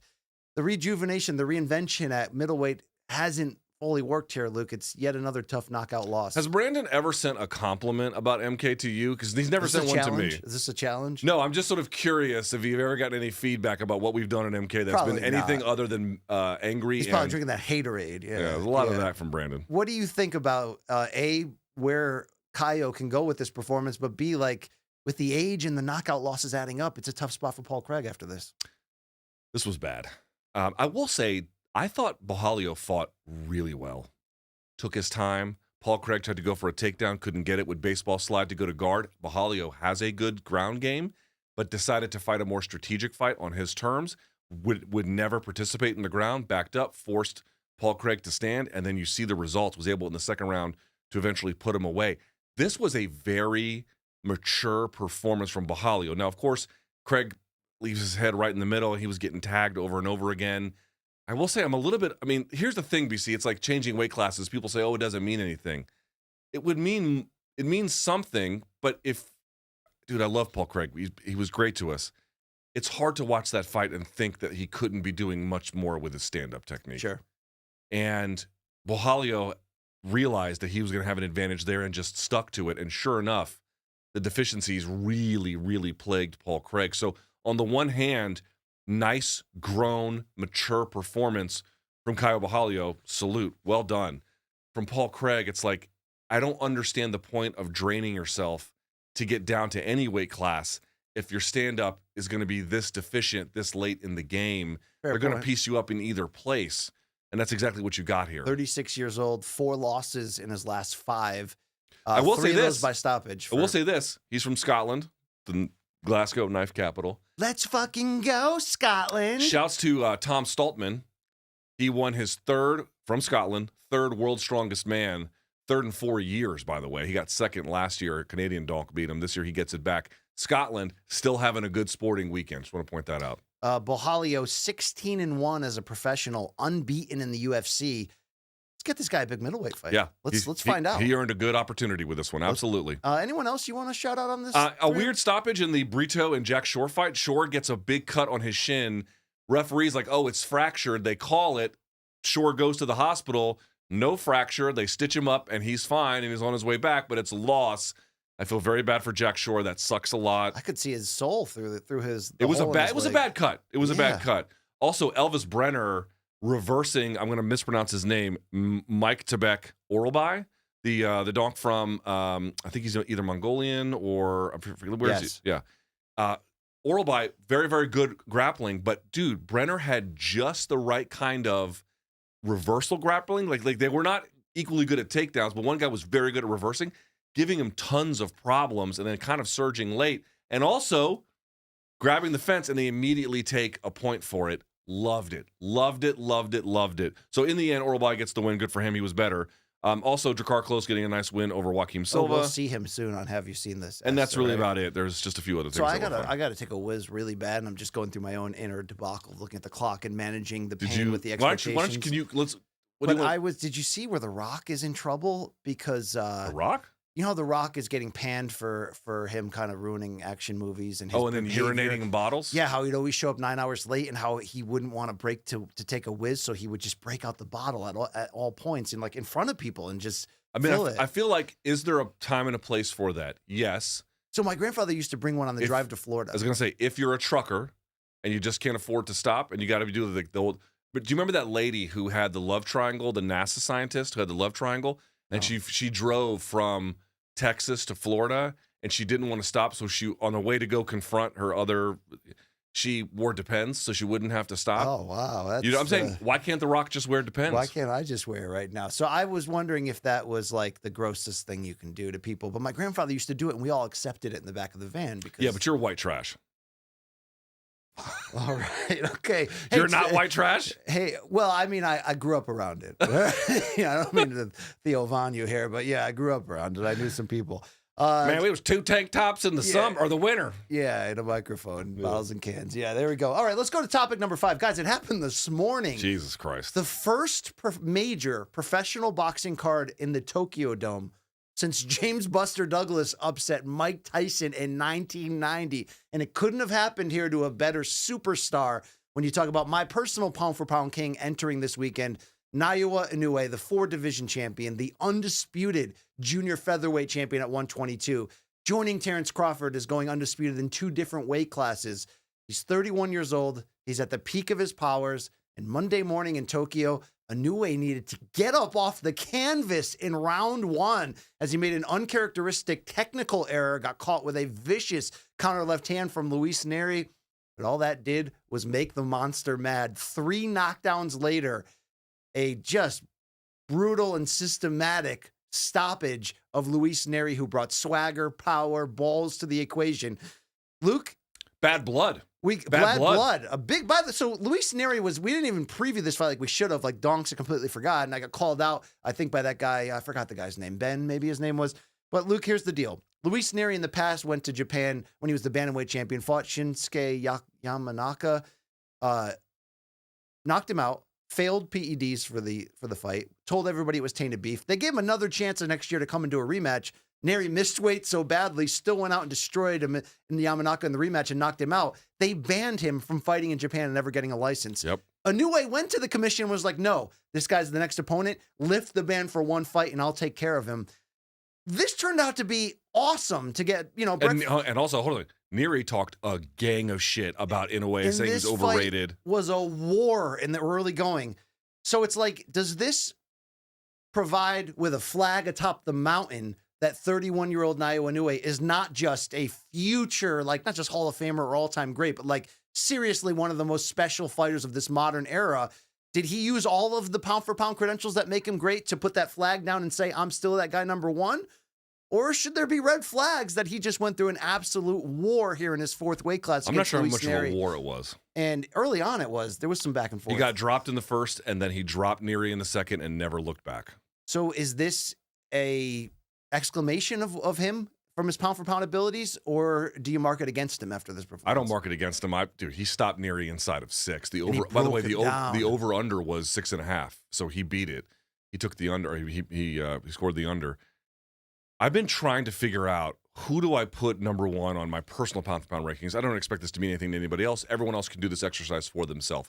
Who is the best boxer alive? I don't think you need that disclaimer. People want to hear what's your opinion on pound-for-pound at the moment. But I've been trying to figure it out. So in the immediate aftermath, remember it was the same week where Inoue beat Marlon Tapales. Yes. And then Bud beat Spence. No, Inoue beat Fulton that Fulton, same week. What am I saying? Yes. I'm so sorry. Yes, that was a huge win.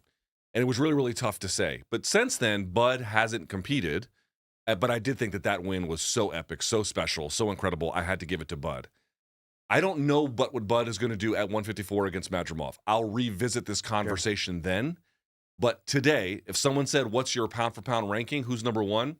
It's Naoya Inoue. What he has done today and what he seemingly does every time now is show absolute athletic precision, impeccable timing, showmanship, which I don't think should be lost. I mean, the Japanese are certainly helping him with the production effort, but he plays into the moment, certainly. Brutal knockout power, devastating understanding of what his opponent's going to do, taking it away, and let me just say this, your margin of error with a guy like Inoue is fucking nothing. 2 of the knockdowns, 2 of the 3 total that he landed, featured Inoue backing up to the ropes with his back against the ropes, waiting for Luis Nery to overextend on the combinations. And as soon as he does and Nery squares himself up, the shortest of left hooks in both occasions, just like he doesn't even get full extension. It kind of just goes like this, like this. Just enough touch. The knockdown that he scored in round 2, which from a scorecard and momentum standpoint brought it even, was just beautiful. It was like almost like a counter, half jab, half hook, same scenario, guy rushing after him, just the touch to get the droppage and the knockdown. But then the systematic breakdown to the body. He went on to land twice as many punches as Nery and connected on nearly 50% of his power shots. Same thing Canelo did, by the way, against Mungia, 50% of his power shots. Incredible stat. Yeah, he showed us everything in the pound-for-pound arsenal. I don't hold the knockdown against him, even though, Luke, it was well studied on tape. It is a rare technical mistake that he makes. He doesn't make many of them, but he is a human, so he does make them, and it's been shown before on camera as well. I mean, this was not the first time he's had first time he's been dropped, but not the first time he's had a visible issue. He's not perfect. There are some elements to him that could be worked on. But what I am going to say is, dude, I mean, think about the final combination, right? So he hits him with the uppercut with the right hand, and in the process, the timing on it, he hits him.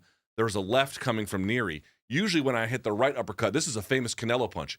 Canelo will, let me get it to my right, he'll jab, uppercut, also he can then throw the left to the liver. It's one of his favorite, he hit it on Josecito Lopez a million times, right? One of his favorite combinations. But here, there is a bit of he throws a left hand, gets into range, bends over, hits him with the right, and waits just a beat for that left to come screaming around from Nery. Same right hand on the uppercut goes bop, bop, and then comes around the corner. And then, dude, when Nery fell, it just like a balloon with the air being let out of it. Yeah. His ability to make split-second decisions is impressive. And BC, those split-second decisions often carry astronomical consequences for his opponents. That twofer, quick decisions that are powerful, they have no answer for. Remember, he was an insane pro prodigy in a Lomachenko type way, from the standpoint that he won a world title in his 6th pro fight, won a world title in his 2nd division, like his 8th. He's now up to 4 divisions, twice as undisputed. It's what we're watching here is something. The fact that he's carrying his power. I mean, even the great Chocolatito sort of leveled out at 115 with his power, and he's reinvented himself there. But like when he hit that ceiling and was suddenly getting hurt and even dropped at times, we got to see the very best of him in that old age. Every time Inoue steps up, he just shatters the ceiling above him. Goes in there and just dismantles Fulton. Goes in, destroys Topalis, destroys Paul Butler. A couple fights before that. Now it's looking like Australian Sam Goodman, who they brought in the ring, who is like 18-0 with 8 KOs, is the mandatory that he's next. And Inoue is just like, yeah, fine. But like whenever, this is why you know that he's truly an all-time great. It's not just the speed, timing, everything you just laid out. When the chips are down and it's go time, when he got his face broken against Nonito Donaire in their first meeting in the 3rd round and had to go the rest of the way and lean on his boxing, his chin, all of that. And in this fight, when he got hit with a knockout clean counterpunch from a nasty knockout puncher, and what did Inoue do? Instantly got up, got his legs back under him, and started turning the offense in the same round back against Nery. But did you see the post-fight interview? Inoue, through the translator, says, "This is the greatest thing that ever happened to me, that I got knocked down in the 1st round, because it brought me to a new level of focus the rest of the fight." And he said, "I don't remember anything that's happened after that knockdown." And they kept coming back to him in the interview and being like, "Okay, so what about in this point when the momentum changed?" He was like, "I just want to remind you guys, I don't remember anything." He just did all that on instinct today. He did all that we're talking about, this sort of like crazy, he's a boxing computer. He is. I mean, look, he's really on his way to almost carving out his own unique historical legacy, right? Like he's Elvis in Japan, they say. He just filled the Tokyo Dome with 40,000 people on a Monday morning. On a Monday. But you see, he's 27-0. He's 31 years old. He's been in 22 title fights, and in the 22 title fights, all of which he won, he's had 20 knockouts. Dude, you are dealing with somebody that just won't be around like this very often. They will come around so rarely. Naoya Inoue is the fucking man. I think as great as Canelo looked, and I'm fighting the battle, that he's still in the conversation of the pound-for-pound best at the moment. I think it's Inoue, Crawford at number 2, Canelo at number 3, and then you bring in Usyk in the heavyweight. I put Usyk ahead of him, but I will say this. Can you quickly weigh in on this debate that happened because of a comment that Sean Porter made? Shouts to Sean Porter. We love him on the show. But he did make a comment I didn't agree with, and a lot of other people took issue with as well, which is, he was saying, for Inoue to truly be a star, he has to fight in the United States or something to that effect. Yes. There is something to be said for it. But what I will say is, BC, how can you look at what he's doing and say, oh, you're really missing out on the American experience? Would I love it if he was here? Didn't he come twice to the States? During the COVID times, or I think right around then. And he fought in like a smaller theater, and then Bob Arum was there. Bob Arum was there in Tokyo too. But I'm just saying, listen, would I love to see him in the United States? It's appointment viewing. If he's fighting on Mars, I don't think you can sell out the Tokyo Dome and be Elvis in Japan and be like, oh, he's got to come here. Yeah. He doesn't have to. He calls the shots like he should. It'd be great. The key he's going to need is, what is that Horizon pay-per-view fight that he's going to get before the end of his career that will be, the definitive moneymaker in his career, but that can ultimately define his career. That's what I was leading to. Tank's team wants it to be him, but Tank's fighting around 135, probably closer to 140 in the future. even if they did a catch weight and Tank somehow got down to 30, which I don't think he hasn't done that in 4 years. I don't think. But then you're still asking Inoue to come up an additional 2 weight classes and 8 pounds from where he's at right now. I think he should and eventually will try the waters at featherweight because I do think it's just sublime. And I think even if his power levels out, which it has not leveled out yet, he's got the boxing IQ and the ability to still be Pacquiao-like and be explosive and quick and outwork guys. I think that can still be the case. Here's what's interesting about him. I like the Pacquiao comparison, but there's a big difference. Pacquiao was a bit of a machine gun kind of volume guy, and Inoue is like, there might be 3 punches, and the 3 that land all land devastatingly. Last thing on this, there's a video Top Rank posted. It's on their Instagram and it's on their Twitter. I posted it as well. I shared it, where it's the someone had a cell phone and they're ringside at the final sequence when Inoue polishes off Nery, and you hear the uppercut and then the hook land. Dude, the sound of this fucking guy's punches. Yes, it is amplified by the fact that the Japanese watch combat sports like everyone watches tennis. Sure. Right? Dude, let's back up a step here. Nery is known as a big puncher. Known as a big puncher. The fact that he dropped him in the first, I was kind of worried because I was like, dude, Nery can thump. Even then, listen to the sound of Nery's punches land versus Inoue's. And remember, Nery is the bigger guy, essentially, in this equation. And still, Inoue, dude, I'm not in any way accusing him of having loaded gloves. That's not what I'm saying. But it sounds like that. It sounds like there's something extra in there that like just doesn't make sense. It's like when the can't miss major league prospect is playing, high school ball 2 towns away from you, and you go there and you just hear him ground out to shortstop, and you're just like, what sound is that? I haven't heard that sound coming off that bat. Yeah, it's just something so next level. But the point is, he has all the other tools as well. He truly is a living legend right now, and we see him continue at 31. Before we get into DMs from Donks, we're bringing it back this week. I wanted to apologize. There was a hiccup with us going to fan subs Friday. We did it from SiriusXM Studios there. We had a great time at the Win. We just, the list got cut off. I didn't realize there was more. We didn't play some videos that were part of it. We're going to fix that in the future, correct? We're going to come back with fan subs and do it the right way? Yes. Okay, because that's what the fans want. We are going to do it the right way. Well, this week we gave you the chance Sunday night on Instagram on our post at Morning Combat to respond with your questions that you want answered on this show based on the weekend that was. This one's called DMs from Donks.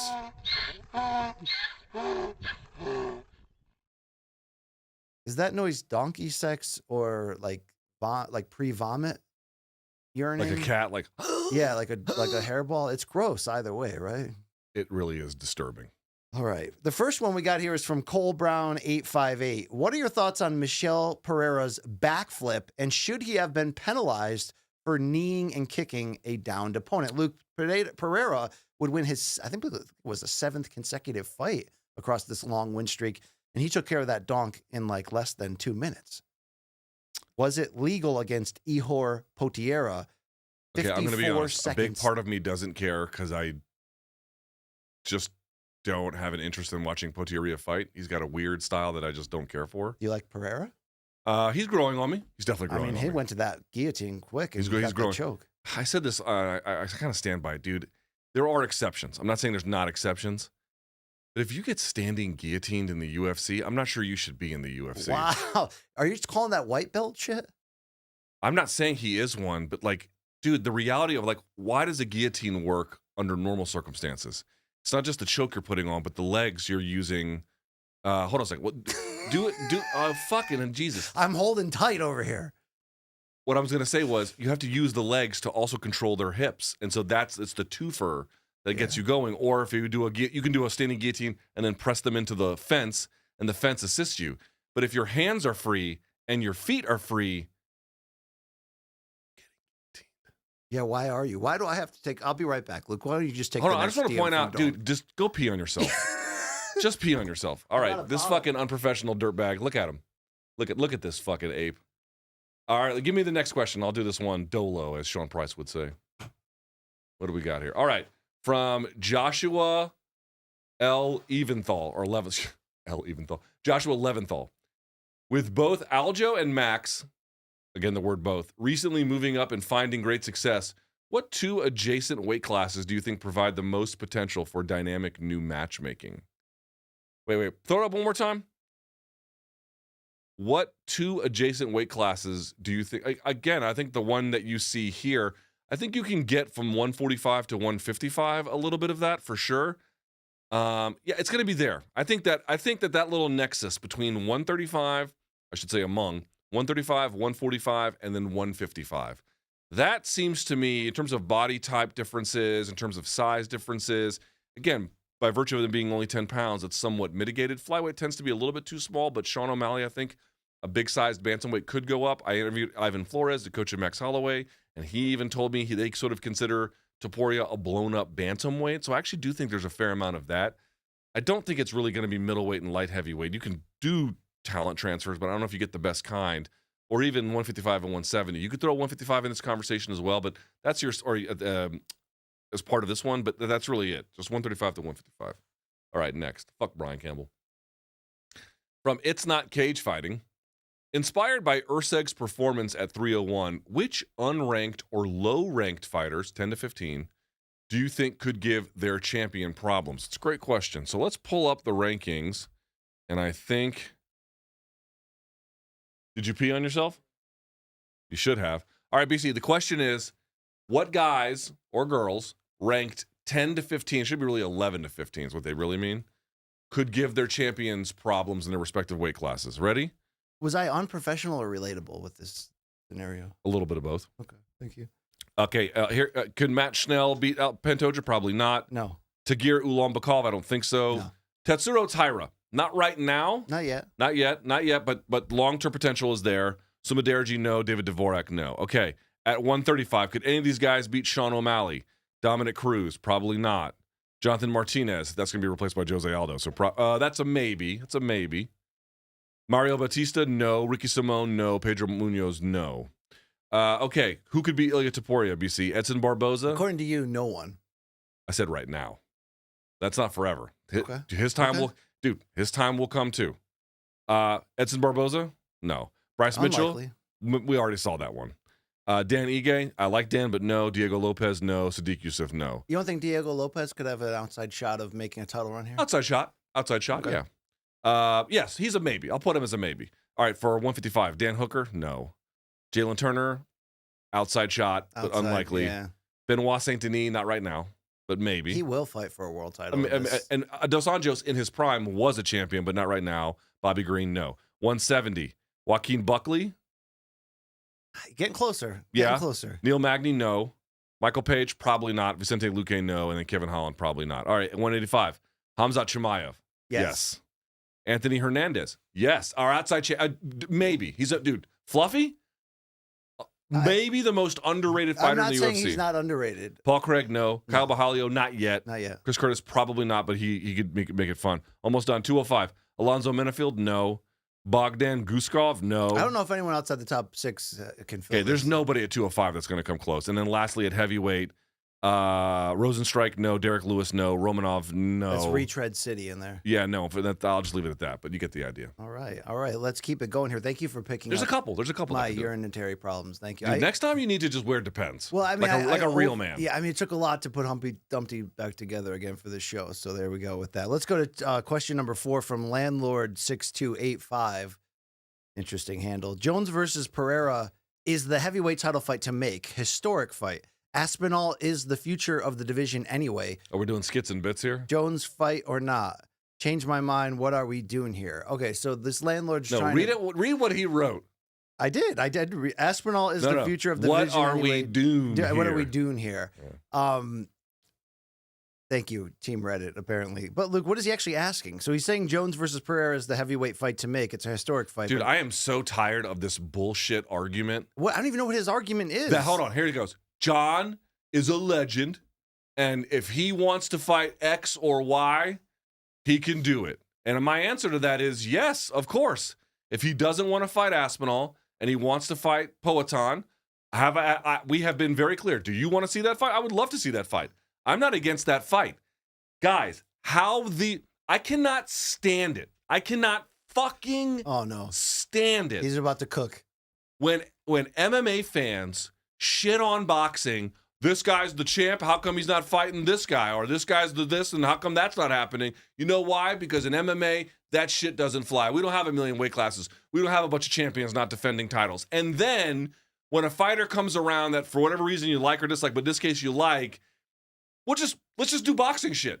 Let's just throw out the rules. Let's just completely ignore precedent. Let's ignore architecture. Let's create problems because we just fucking feel like it.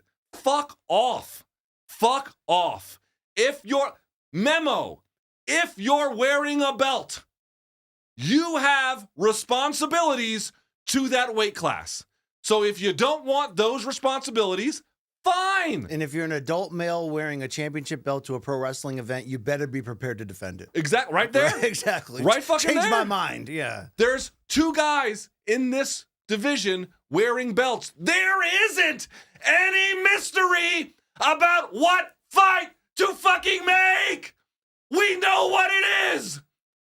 So either take that one and keep the belt, or let go of the belt and take whatever fight you want. But if you've got the belt, you've got obligations. Fucking period. It's not mysterious. It's not up for debate. Thank you, landlord Underwater Lopez, to you too. Oh, Our final fuck question. off. All right, sir. Skits If we could just keep and those bits. neighborhood kids off your lawn while you're working out, then that would be better appreciated. From Omar __ Vars. Canelo's entrances are always entertaining. Yesterday's, I would say, wasn't too over the top.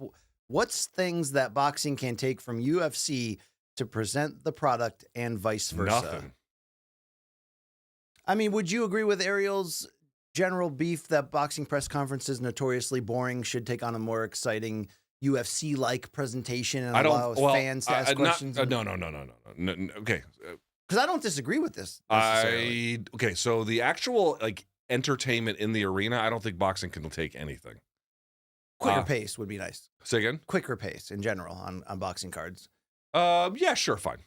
Quicker pace could be okay. There's a couple things, but they're relatively minor. On the press conference, I do agree that UFC pressers, and by the way, I'll say, you know what? I'll back that up a little bit. I do like that, for example, the weigh-ins will be outside, like in Toshiba Plaza. Yes. And I think UFC could do a little bit more of that. They don't do quite enough of that. That's something that both could learn. But I would also say that the pace of UFC weigh-ins, boxing could pick up from. For sure, that I would agree with. As well as the pressers, they could be a little bit more controlled. But this idea that you should invite the fans, guys, I don't mind it if they want to give fans the opportunity to ask questions, but that's the only time the fans should be there. If it's a press conference, it's for the press. If the press is there to serve as an entertainment vehicle for the fans in attendance, it's a pep rally. Call it what it is. Sure. But entrance-wise, I do think Canelo just has these timeless, epically awesome pro-Mexican entrances with the mariachi band and the hip music. Would you say this one was? Would you say the one with John Ryder in Guadalajara was better? Yes. Yeah, I would agree with that By the way, too. did you see the walkout from Mario Barrios, who was in the pay-per-view co-main on the Canelo card? He comes out with the Aztec Warrior vibe and all the dancers and the traditional. Insane. That was great. That's what I mean. It's what could boxing learn from that? UFC already does that. Yeah, UFC already does that in the big events. They seem to, for the really big pay-per-views, allow more of a choreographed entrance, whether it's Ferreira, Adesanya, Very little. Would you like to see that more? Would you like to see them given free pride reign to just come out and do skits? I understand if the UFC doesn't want to do that for every fighter or only for main event guys or something like that. I think keeping a lid on it is probably okay, but they keep too much of a lid on it is what I would argue. Yeah, you don't want to become the no fun league, right? You want to still. Did you watch the Dana White roast of Tom Brady? I was unable to put those clips in. Have you seen this? I went to bed last night at 8:30. Okay, well, they got Dana a few times, the comedians, I did see that. He had to make a comment about the liberal media. And Dana's make a whole joke. skit was his entire jokes. identity is identity politics now. That's his entire identity. Yeah, that's where we're at. All right. Thank you to our DMs from Donks, our fans. Don't forget that morningcombat@gmail.com right now is your email home to reach the show with your fan subs. What else do people send in on that? Oh, pornography. Yeah. I don't even know who's on the other end. Mikey used to be. I don't know who is these days, but send in. We're going to do more fan subs. So get them right. I'll present them the right way. We'll do it right. Thank you guys, as always, for having our back. We closed today's Monday episode, though, with a traditional classic segment, Luke. Me scouring the globe for the highs and lows, the good, the bad, the ugly, and the in-between in the world of combat sports. Elderly abuse. And beyond. Sometimes it's elderly abuse, but we call it, have you seen this shit?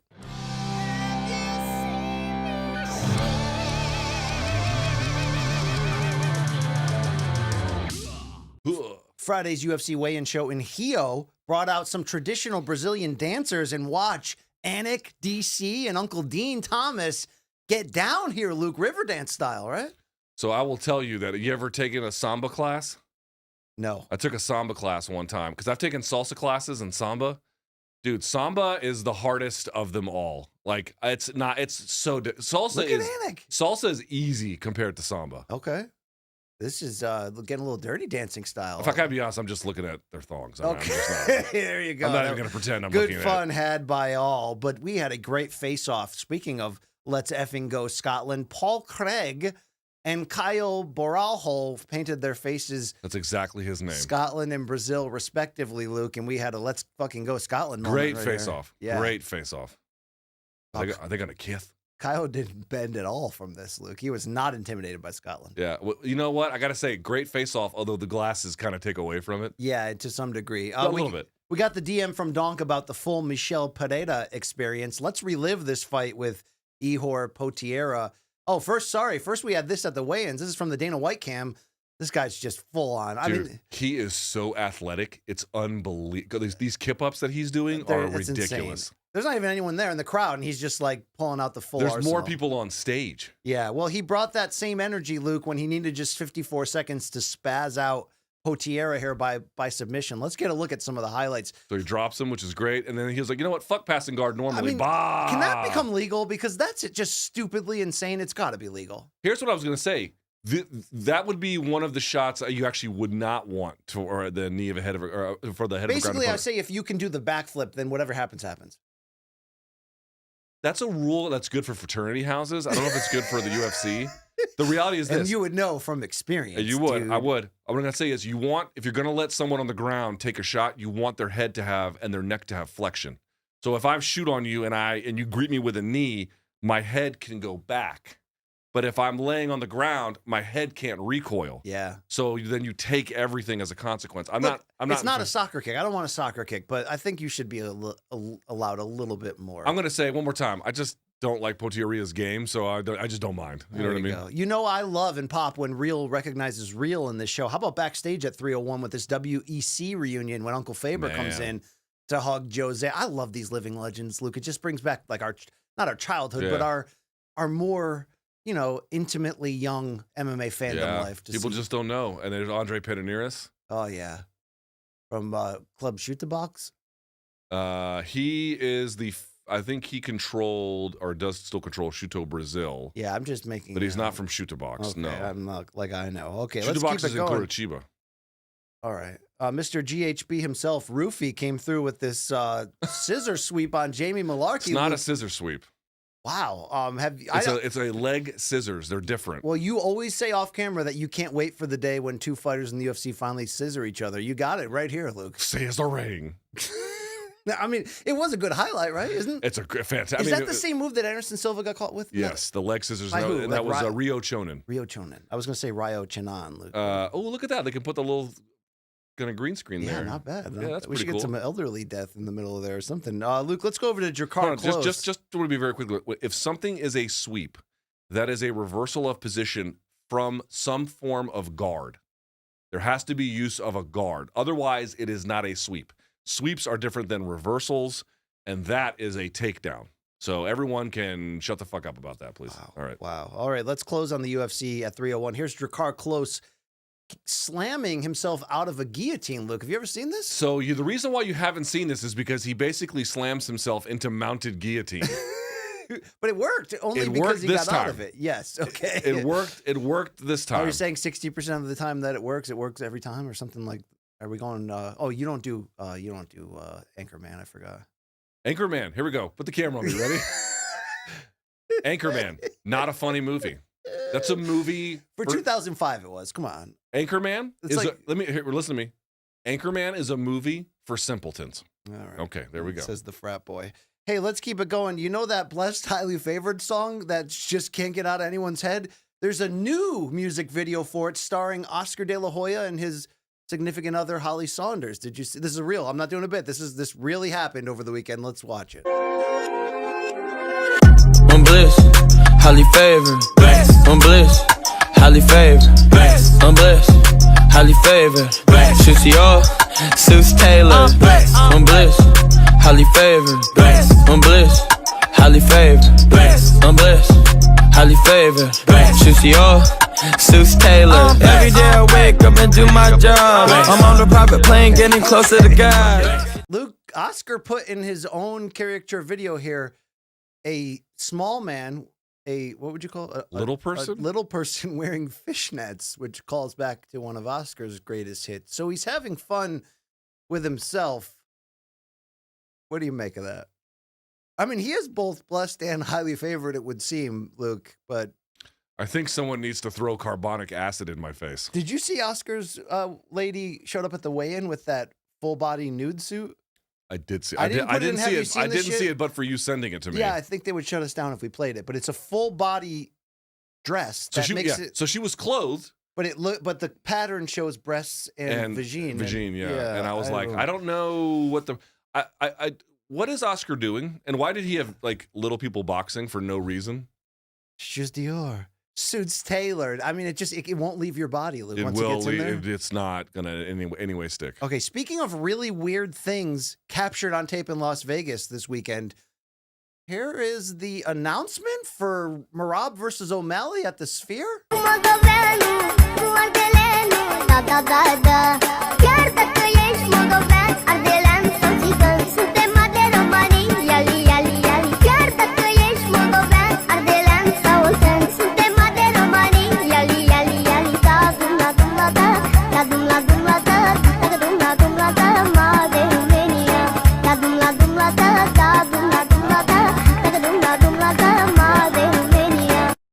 So that's where's the drive-by shooters when you need one? Wow. So that's I'm teasing. I love the schmo. I'm that's teasing. not the real It's Sugar just a Sean joke. O'Malley. It's just a and joke. Merab's been aggressively posting a lot of fun socials lately, but what do you make of that fake face-off turning into a dance sequence? Flash mob. I don't know. I'm not the target audience. For Okay, this. there you go. All right. Well, Luke, Real did recognize Real in a Las Vegas gym at the Capetillos here when Canelo Alvarez warming up for Saturday's Mungia fight. Got some ring time in with good old Jorge Masvidal, who's boxing Nate Diaz on June 1st. Yeah. Look at that. That's pretty cool, actually. Indeed. So you can see him showing the Giving him a little some pointers and some tips. I mean, listen, if you're Jorge Masvidal, you could do a lot worse than training with Canelo Alvarez. Indeed. And Capetillo there was a part of Team Canelo over the weekend. Jorge Capetillo, is that right? Who owns the gym. Yeah, he's been working with Fury. He's been working with a lot of different people in like a secondary role. Have you ever interviewed him? He was on the Baddest tour, but I didn't get like a one-on-one We should maybe talk interview. to him. He sounds like he might have some cool stories. Indeed. He's worked with a lot of different people, including Brandon Moreno. He was in his corner when he won the title against Dude, there's Figueiredo. not many guys who can cross MMA and boxing and be accepted in both. He seems to be. Dewey Cooper, another one. That's right. Indeed. Okay, let's keep it going here. Canelo Mungia time. Here is Canelo and Tank Davis sharing love. This is the first time they've met in person, and it was Real, recognizing Real. A lot of love for the two of them. Wow. Two of the best. I love when they just look at each other and go, yeah, I know what you got. I know what I got. We're special. That's like when you and I, touch what? fists before the show. And like Tank Davis he's kind of salty. He's been friendly to me. He went after Frank Martin at the presser on Saturday. Oh my God, dude. I mean, that presser was crazy. But I was going to say this, like when you see Davis talk about, like, for example, have you ever seen clips of him talking about Inoue? Yes. He doesn't talk shit about Inoue. No, respect. So when you see Davis talking very praiseworthy and mild about someone, that's pretty rare and tells you it's real. All right, next one is outside T-Mobile Arena before Saturday's fights. We teased it earlier. Here's Caleb Plant and Edgar Berlanga jawing. After I fight Canelo in September, we fighting. And if you don't fight Canelo in September? I got my business already here in September. I promise you. And he said if you don't get the Canelo fight, then we're going to run it next. That's what you said, right? I promise you. No, what I'm saying. That's what you said. I promise you. No, besides promise, I'm saying I'm that's gonna what you knock you said. out, bro. I'm gonna knock you out. Take your glasses off. I'm gonna knock you out. I'm gonna knock you the fuck out. No, you're not. I'm No, you're not. No, you're not. gonna knock you out. I'm gonna knock you out, nigga. Take your glasses off. Pussy. For what? Dude, Caleb Plant wants the smoke from everyone. You remember when he put his hands on Jamal Charlo for Charlo pulling on the beard? Did you see Charlo's apology video? That was really weird that he just put out. I didn't see the video, but I did see that he apologized. He was just like, all right, you cool, Caleb. I had it coming. Now he's chasing after Berlanga aggressively. You could hear Edgar there. He thinks he's getting Canelo in the fall. Hope not. He said, I'll knock you out next. Caleb Plant wins that fight. Plant versus Berlanga? It's an I'd interesting watch. fight. I'd watch that one. Plant. I think Plant smokes him though. I think Plant does to him what he did to Durrell. But you have respect for Plant like I do, like where he's just about that life. He's about that life, and he's technical. Very good He's fighter. technical. He believes in himself, and he should. Like, okay, he came up short against Canelo, came up short against Benavidez. So what? Yeah. Those fucking guys were tough. All right, I want you to focus on the craft of Canelo here. Here is round 4. Just as Mungia was firing up, Yeah, boy, Canelo dropped him. He did add that left hook to the body on the way down, but it's that right uppercut, Luke. Check Yeah, but this look out. very closely. So this is guard manipulation. Oh. So if you look closely, Canelo doesn't, it's not a left hook. I mean, it is a left hook, but if you notice what he does with the left hook, he pulls the guard down because Mungia is like this. So when he pulls the guard down, it opens it up and he can slide right through in the middle. So that's one thing that was killing me about Mungia. Mungia never, so for example, have you ever seen any of my tape studies? I know you don't watch them, but Not enough BC in those, just really they're lacking the sugar infusion. one of the guys who's like really dedicated about guard manipulation is Errol Spence. He will pull and pin and pull and turn with it a lot. And Canelo did it and then fired it. Mungia never does it. And I was like, dude, you're not going to get open otherwise. You got to pull the hand down. Such a beautiful punch. It's a fantastic punch. It's like the one that Manny caught Marquez with in their second fight early. And that knockdown was the difference in that very close fight where it just kind of threw it so tight at an awkward angle. What that uppercut was just non-traditional. But this is what I mean. Canelo creating lanes to punch rather than just waiting around for a lane to be open. After the fight, when we talked about Canelo originally sounding like he wasn't into the David Benavidez fight, but then talking about the money, right before that interview with Jim Gray, here's Canelo pointing at man. Benavidez and saying, right here. Don't do this if you're not going to take the fight, bro. Luke, I'm starting to believe that he is going to take the fight, but that it's more just a leverage thing and it's like a big brother thing. Like he doesn't want Benavidez to like dictate it. Again, I hope we're not going to try to I'll just say this. Down I hope you're right. I hope it's September because that's the biggest fight you can make in boxing, right? Right? Isn't it? Isn't that the biggest fight you can make in boxing right now? Ooh. Or do you think Fury Joshua is bigger? Or do you, and that's not to say anything bad about Fury versus Usyk, which historically is such an important fight. Yeah. Or do you think if it was like Ryan Tank 2 or something that would be bigger? That might still be bigger, but it's up there. It's up there. Interesting. All right, let's continue what we're doing here. We mentioned Tank Davis and Frank Martin had a press conference hyping on Saturday, the June 15th card that's coming up in Vegas. Let's listen in on Tank just disrobing Frank over here. And him don't got nothing in common. You don't know me. But the little female he got. That's the problem. But that little female he got, she probably around here somewhere. I'll catch up with her. Hey, little female. Hey, okay, ladies and gentlemen, with that, let's move on.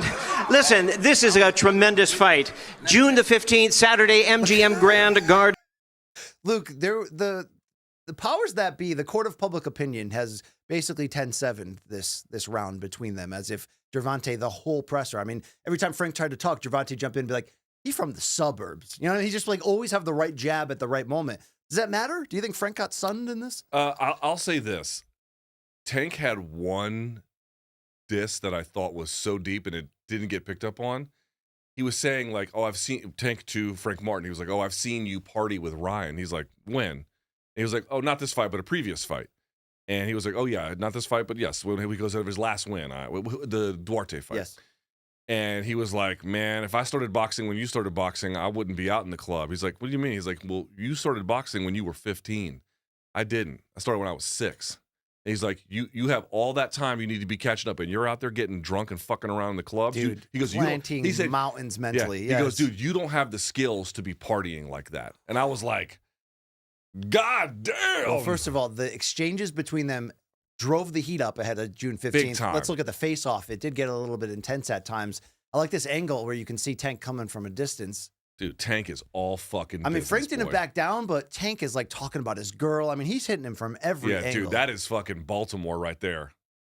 That is Old Bay in your face. Yeah, and he brought it during this face-off. Dude, look at well. him right there. And the thing is, I like Frank Martin's game. I love his game. I actually am so looking forward to this fight. People are down on him because he hasn't fought since that last fight against, what was that Greek fighter he fought he went the distance with. He was kind of running away, the opponent, wasn't he? He was very hard to hit. He was very defensive, very kind of moving away from the action. I don't remember. I mean, I thought Frank got skewered just because he was just trying to catch up to this guy who was running away. Yeah.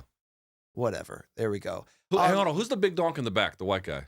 Tom Brown. That's Tom Brown. Yeah. Okay. So he's the brother-in-law of the Goosens. He's married to a Goosens. Is that right? Yeah. Oh, okay. Luke, let's play a game called Name That UFC Champion that's coming up on this motorcycle. You must put in your guess before the motorcycle stops. Give me a hint. Watch it. There's only a few UFC champions. You have until he stops the motorcycle. Do you have any early guesses? It's a champion? Yep. What it says. I didn't see. I don't know. Who is it? Oh, I thought you'd be better at this game. Oh, Islam? It's Islam. All right, Luke. He's gonna get paralyzed like a motherfucker driving that thing around. Yeah, let's go back to Girls Gone Wild getting hurt. Let's watch this. Okay. 3, 2, 1. Holy shit. Luke, that means new meaning to the term broad jump. You know what I mean? That's great right there. All right, let's go to this fight in a bowling alley. Watch the extreme rare at the top of the screen. Oh, dude. That's a bowling ball to the head from 3 feet away for the KO. Wow. Dude, you can kill a motherfucker like that. Yes, man. you can. Yes, you can. That is intense. All right, let's check in on Poetan. Have you ever gotten a fight at a bowling alley? Allen Iverson has, and that taught me not to. I mean, again, I don't know what it's like to be a big-time celebrity. Those people are not big-time celebrities. Yeah. So I'll say I don't know what it's like for big-time celebrities, but if you're an ordinary person, it's not hard to not get into a fight. It's actually very easy. Depends where you grow up. Hold on. There are, of course, exceptions. I mean, I There grew are, up of in course, and around exceptions. Waterbury, Connecticut. Dude, I've been mugged twice. You I know had what to it now. actively avoid fights. Yeah, look, I got mugged twice. I got mugged once in 1980s Washington, D.C., and then once in Lawton, Oklahoma. Yeah, you go to tough neighborhoods and tough in areas. Oklahoma? That's Dude, your dad's hometown. That was isn't the it? worst beating I ever got. I got like 7-on-1 that beat the fuck out of me and my brother. How old were you? 10 or 11. Dude, that's traumatizing. Oh yeah, dude, we got rough. My brother had to go to the hospital. We got roughed up. Have you ever talked about this on camera? I feel No, like I don't think so. I didn't want to stumble into this. I feel that's awful. No, but I got held at knife point too in DC, so you know it happens. Look, but it's definitely not your fault. But I'm just saying, at a bowling alley, like just hanging out, it's not hard to not get into a fight. It's actually quite easy. Poetan is Alex Pereira, the 2-division champion, and Luke, he's had a busy couple weeks here. Let's check in on him playing. What's this instrument called? The what's that? Imagine going out to Bethel, Connecticut with Poetan's playing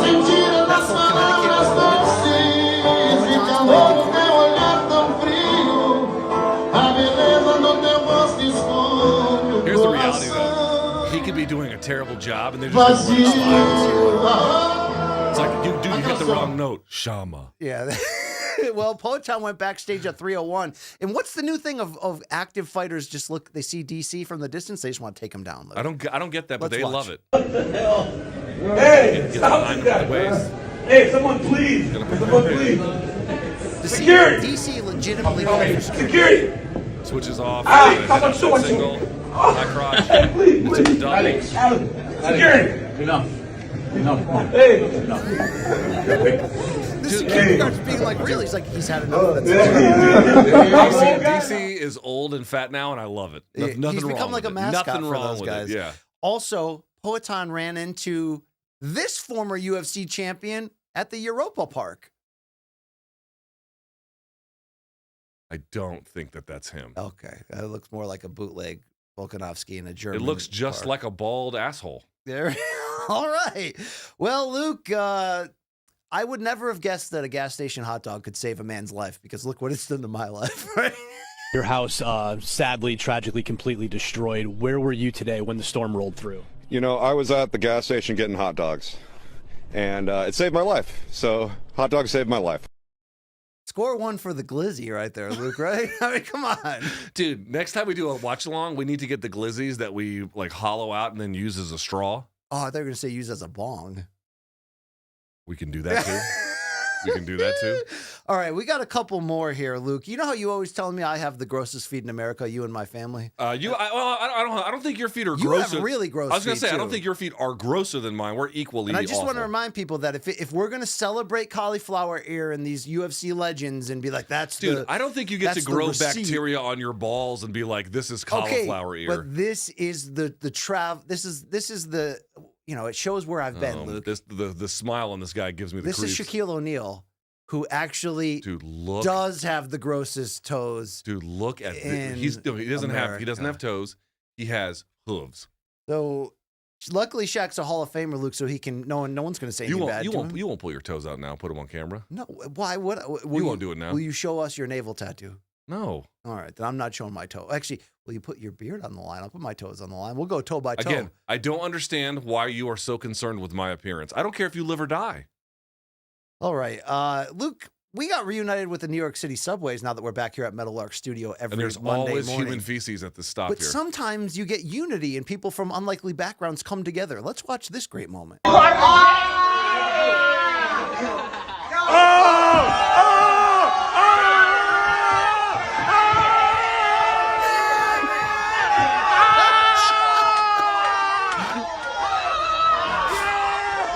Look at we just bring people together. I can't tell what train is this. That's Do you viral. know? What train That is looks this? like the yellow That's line. viral. With those That's weird viral. shaped chairs right there.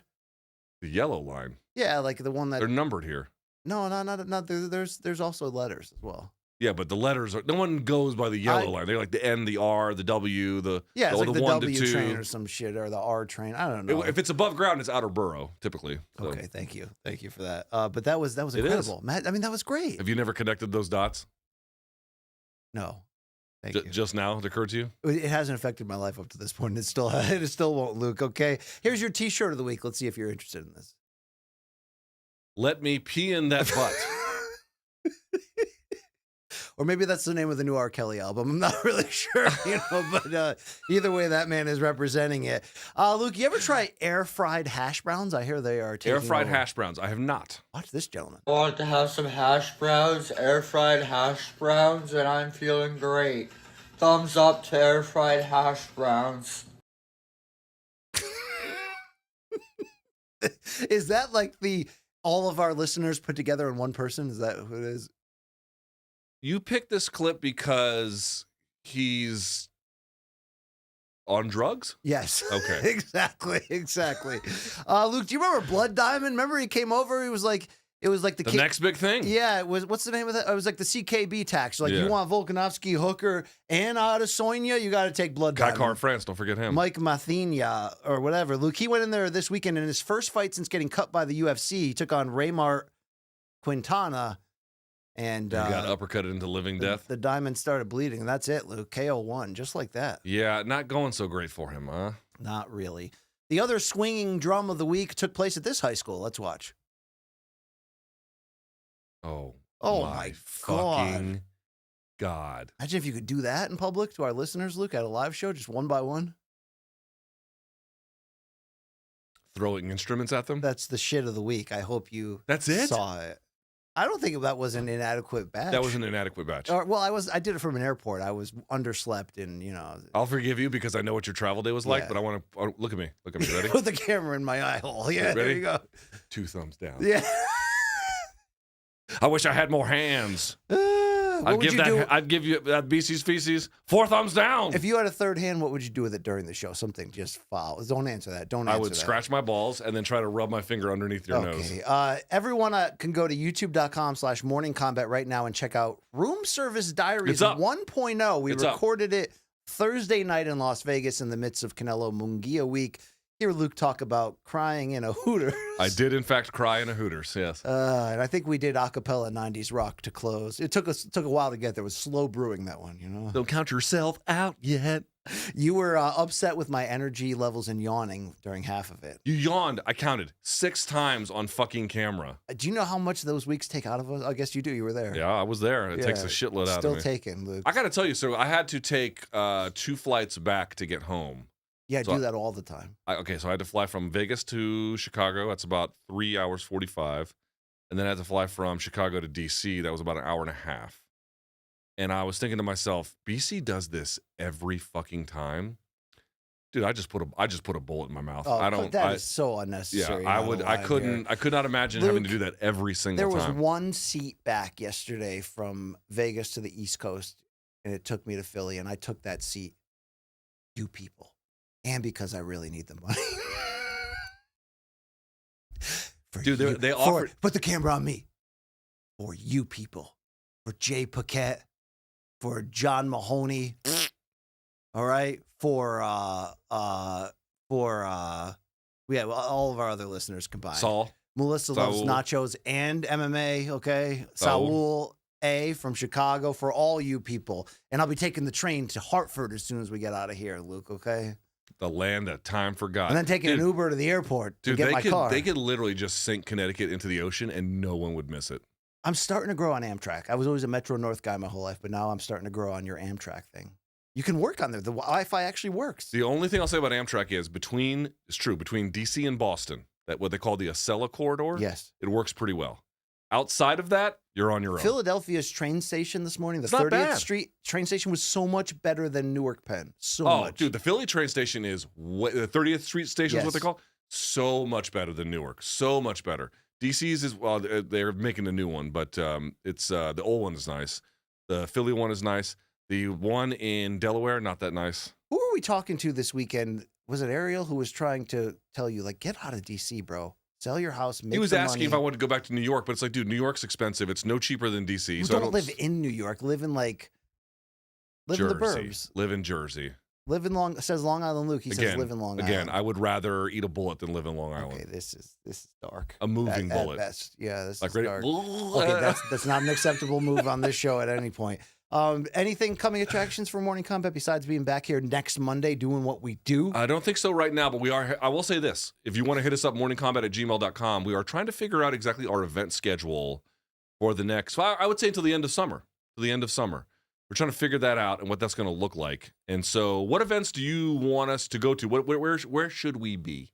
Where should we be? Look, our future could be showing up at big events like we did this past week for Canelo versus Mungia. I will say it could be us getting our own studio and live companioning that ass. We have right. We have a potential. We have options. We have some options for the future. We have some options, but I would love to hear what the fans think. Should we do a live show for the Newark event, by the way? Newark, you can go and watch UFC fights and then get stabbed between your sixth and seventh rib. Would it be in Newark or in Jersey City where it's safer? Oh, that's a good problem. That's a good question. Probably Manhattan. Okay, but what's your margarita minimum for a live show in Newark? I'm not doing any fucking margaritas at the live show. Okay. I'll do one like during the show if I have to for like a contest, like a beer chug. All right. Would you go as high as 45 milligrams for that event? That's high. For me, that's high. 50 is usually when I start seeing stars. Yeah, I want to get you to the point where you can converse with aliens live on the show. Yeah. So I've had 100 before, and I literally thought the room was absolutely turning on me. Yeah. I'll never forget. I woke up in the middle of the night, and I had to grab the sheets around me because the room was doing one of these numbers. We had so much to recap today that we didn't preview anything, but this weekend we've got Lomachenko versus Kambosos. That's this weekend? I believe so, and I think it's also UFC St. Louis this weekend. It is UFC St. Louis for sure, that. By the way, people are like, how does Derek Lewis keep getting main events? Didn't he not take the Francis Ngannou fight? I suspect that they scratched his back a little bit for that. Great point. He probably should have been Ngannou's PFL debuting. And he said no, and I bet that they're going to reward him with that. So you're damn right they will. So we'll be recapping those next Monday. Thank you so much, folks, for watching the show, for keeping us alive. Hopefully we're keeping you going just the same, Luke. One day a week for now, but if you got a taste of what last week felt like, that could be the future, okay? Expansion coming, evolution coming. And like Shaq said, tell me how my ass tastes. Tell him how his toes taste, Luke. That's pretty gross. They are. His feet are. I mean, they're worse than mine. They're worse than mine. I have the medicine to do it, Jublia, but I keep forgetting to take it, and you have to take it for like 300 consecutive days for it to work. Something like that. You can't. Also, miss a like you day. can take the medication that they prescribe you, like the pharmacy grade stuff, but it pummels your liver. I already have enough liver issues. Right? Yeah, exactly. I don't know if I want to do that. I'm just going to live with gross ass feet. Like, well, I could apply the Jublia next week on this table if you'd like. I would like that. That's so weird and gross. See, you think I'm obsessed with your beard. I'm just trying to give this show. I think if you're going to be must see moments. Yeah, you're trying to be an exhibitionist. Be an exhibitionist with your own body, not mine. Oh, so if I'm willing to get a Prince Albert in the studio, then you're like, yeah, let's do it. What's a Prince Albert? The thing through the thing with like the thing. A cock ring? Or like a yeah. Like the bar. the gauge, the metal gauge that goes through? Yeah. That's just some gross shit. Doesn't your piss just fly everywhere? That's the end of the show. Thank you very much. For Luke Thomas, for Long Island Luke, beyond Kenny, the other guy. What's the other guy's name? I always forget. Nadir, my guy, Nadir. To the greatest bathroom that's been unsoiled for at least one full week. I did not go number 2. I went on my mom. I promise. I'm telling the truth. And to you, the fine listeners out there, thank you for popularizing our interview shows over the week, from Canelo, our breakdowns, our all that, and then some. Tall, pale, and handsome. Signing off for this day from Manhattan with love. It's Morning Combat, but we are out of here. Chickadee bong ding. Yeah.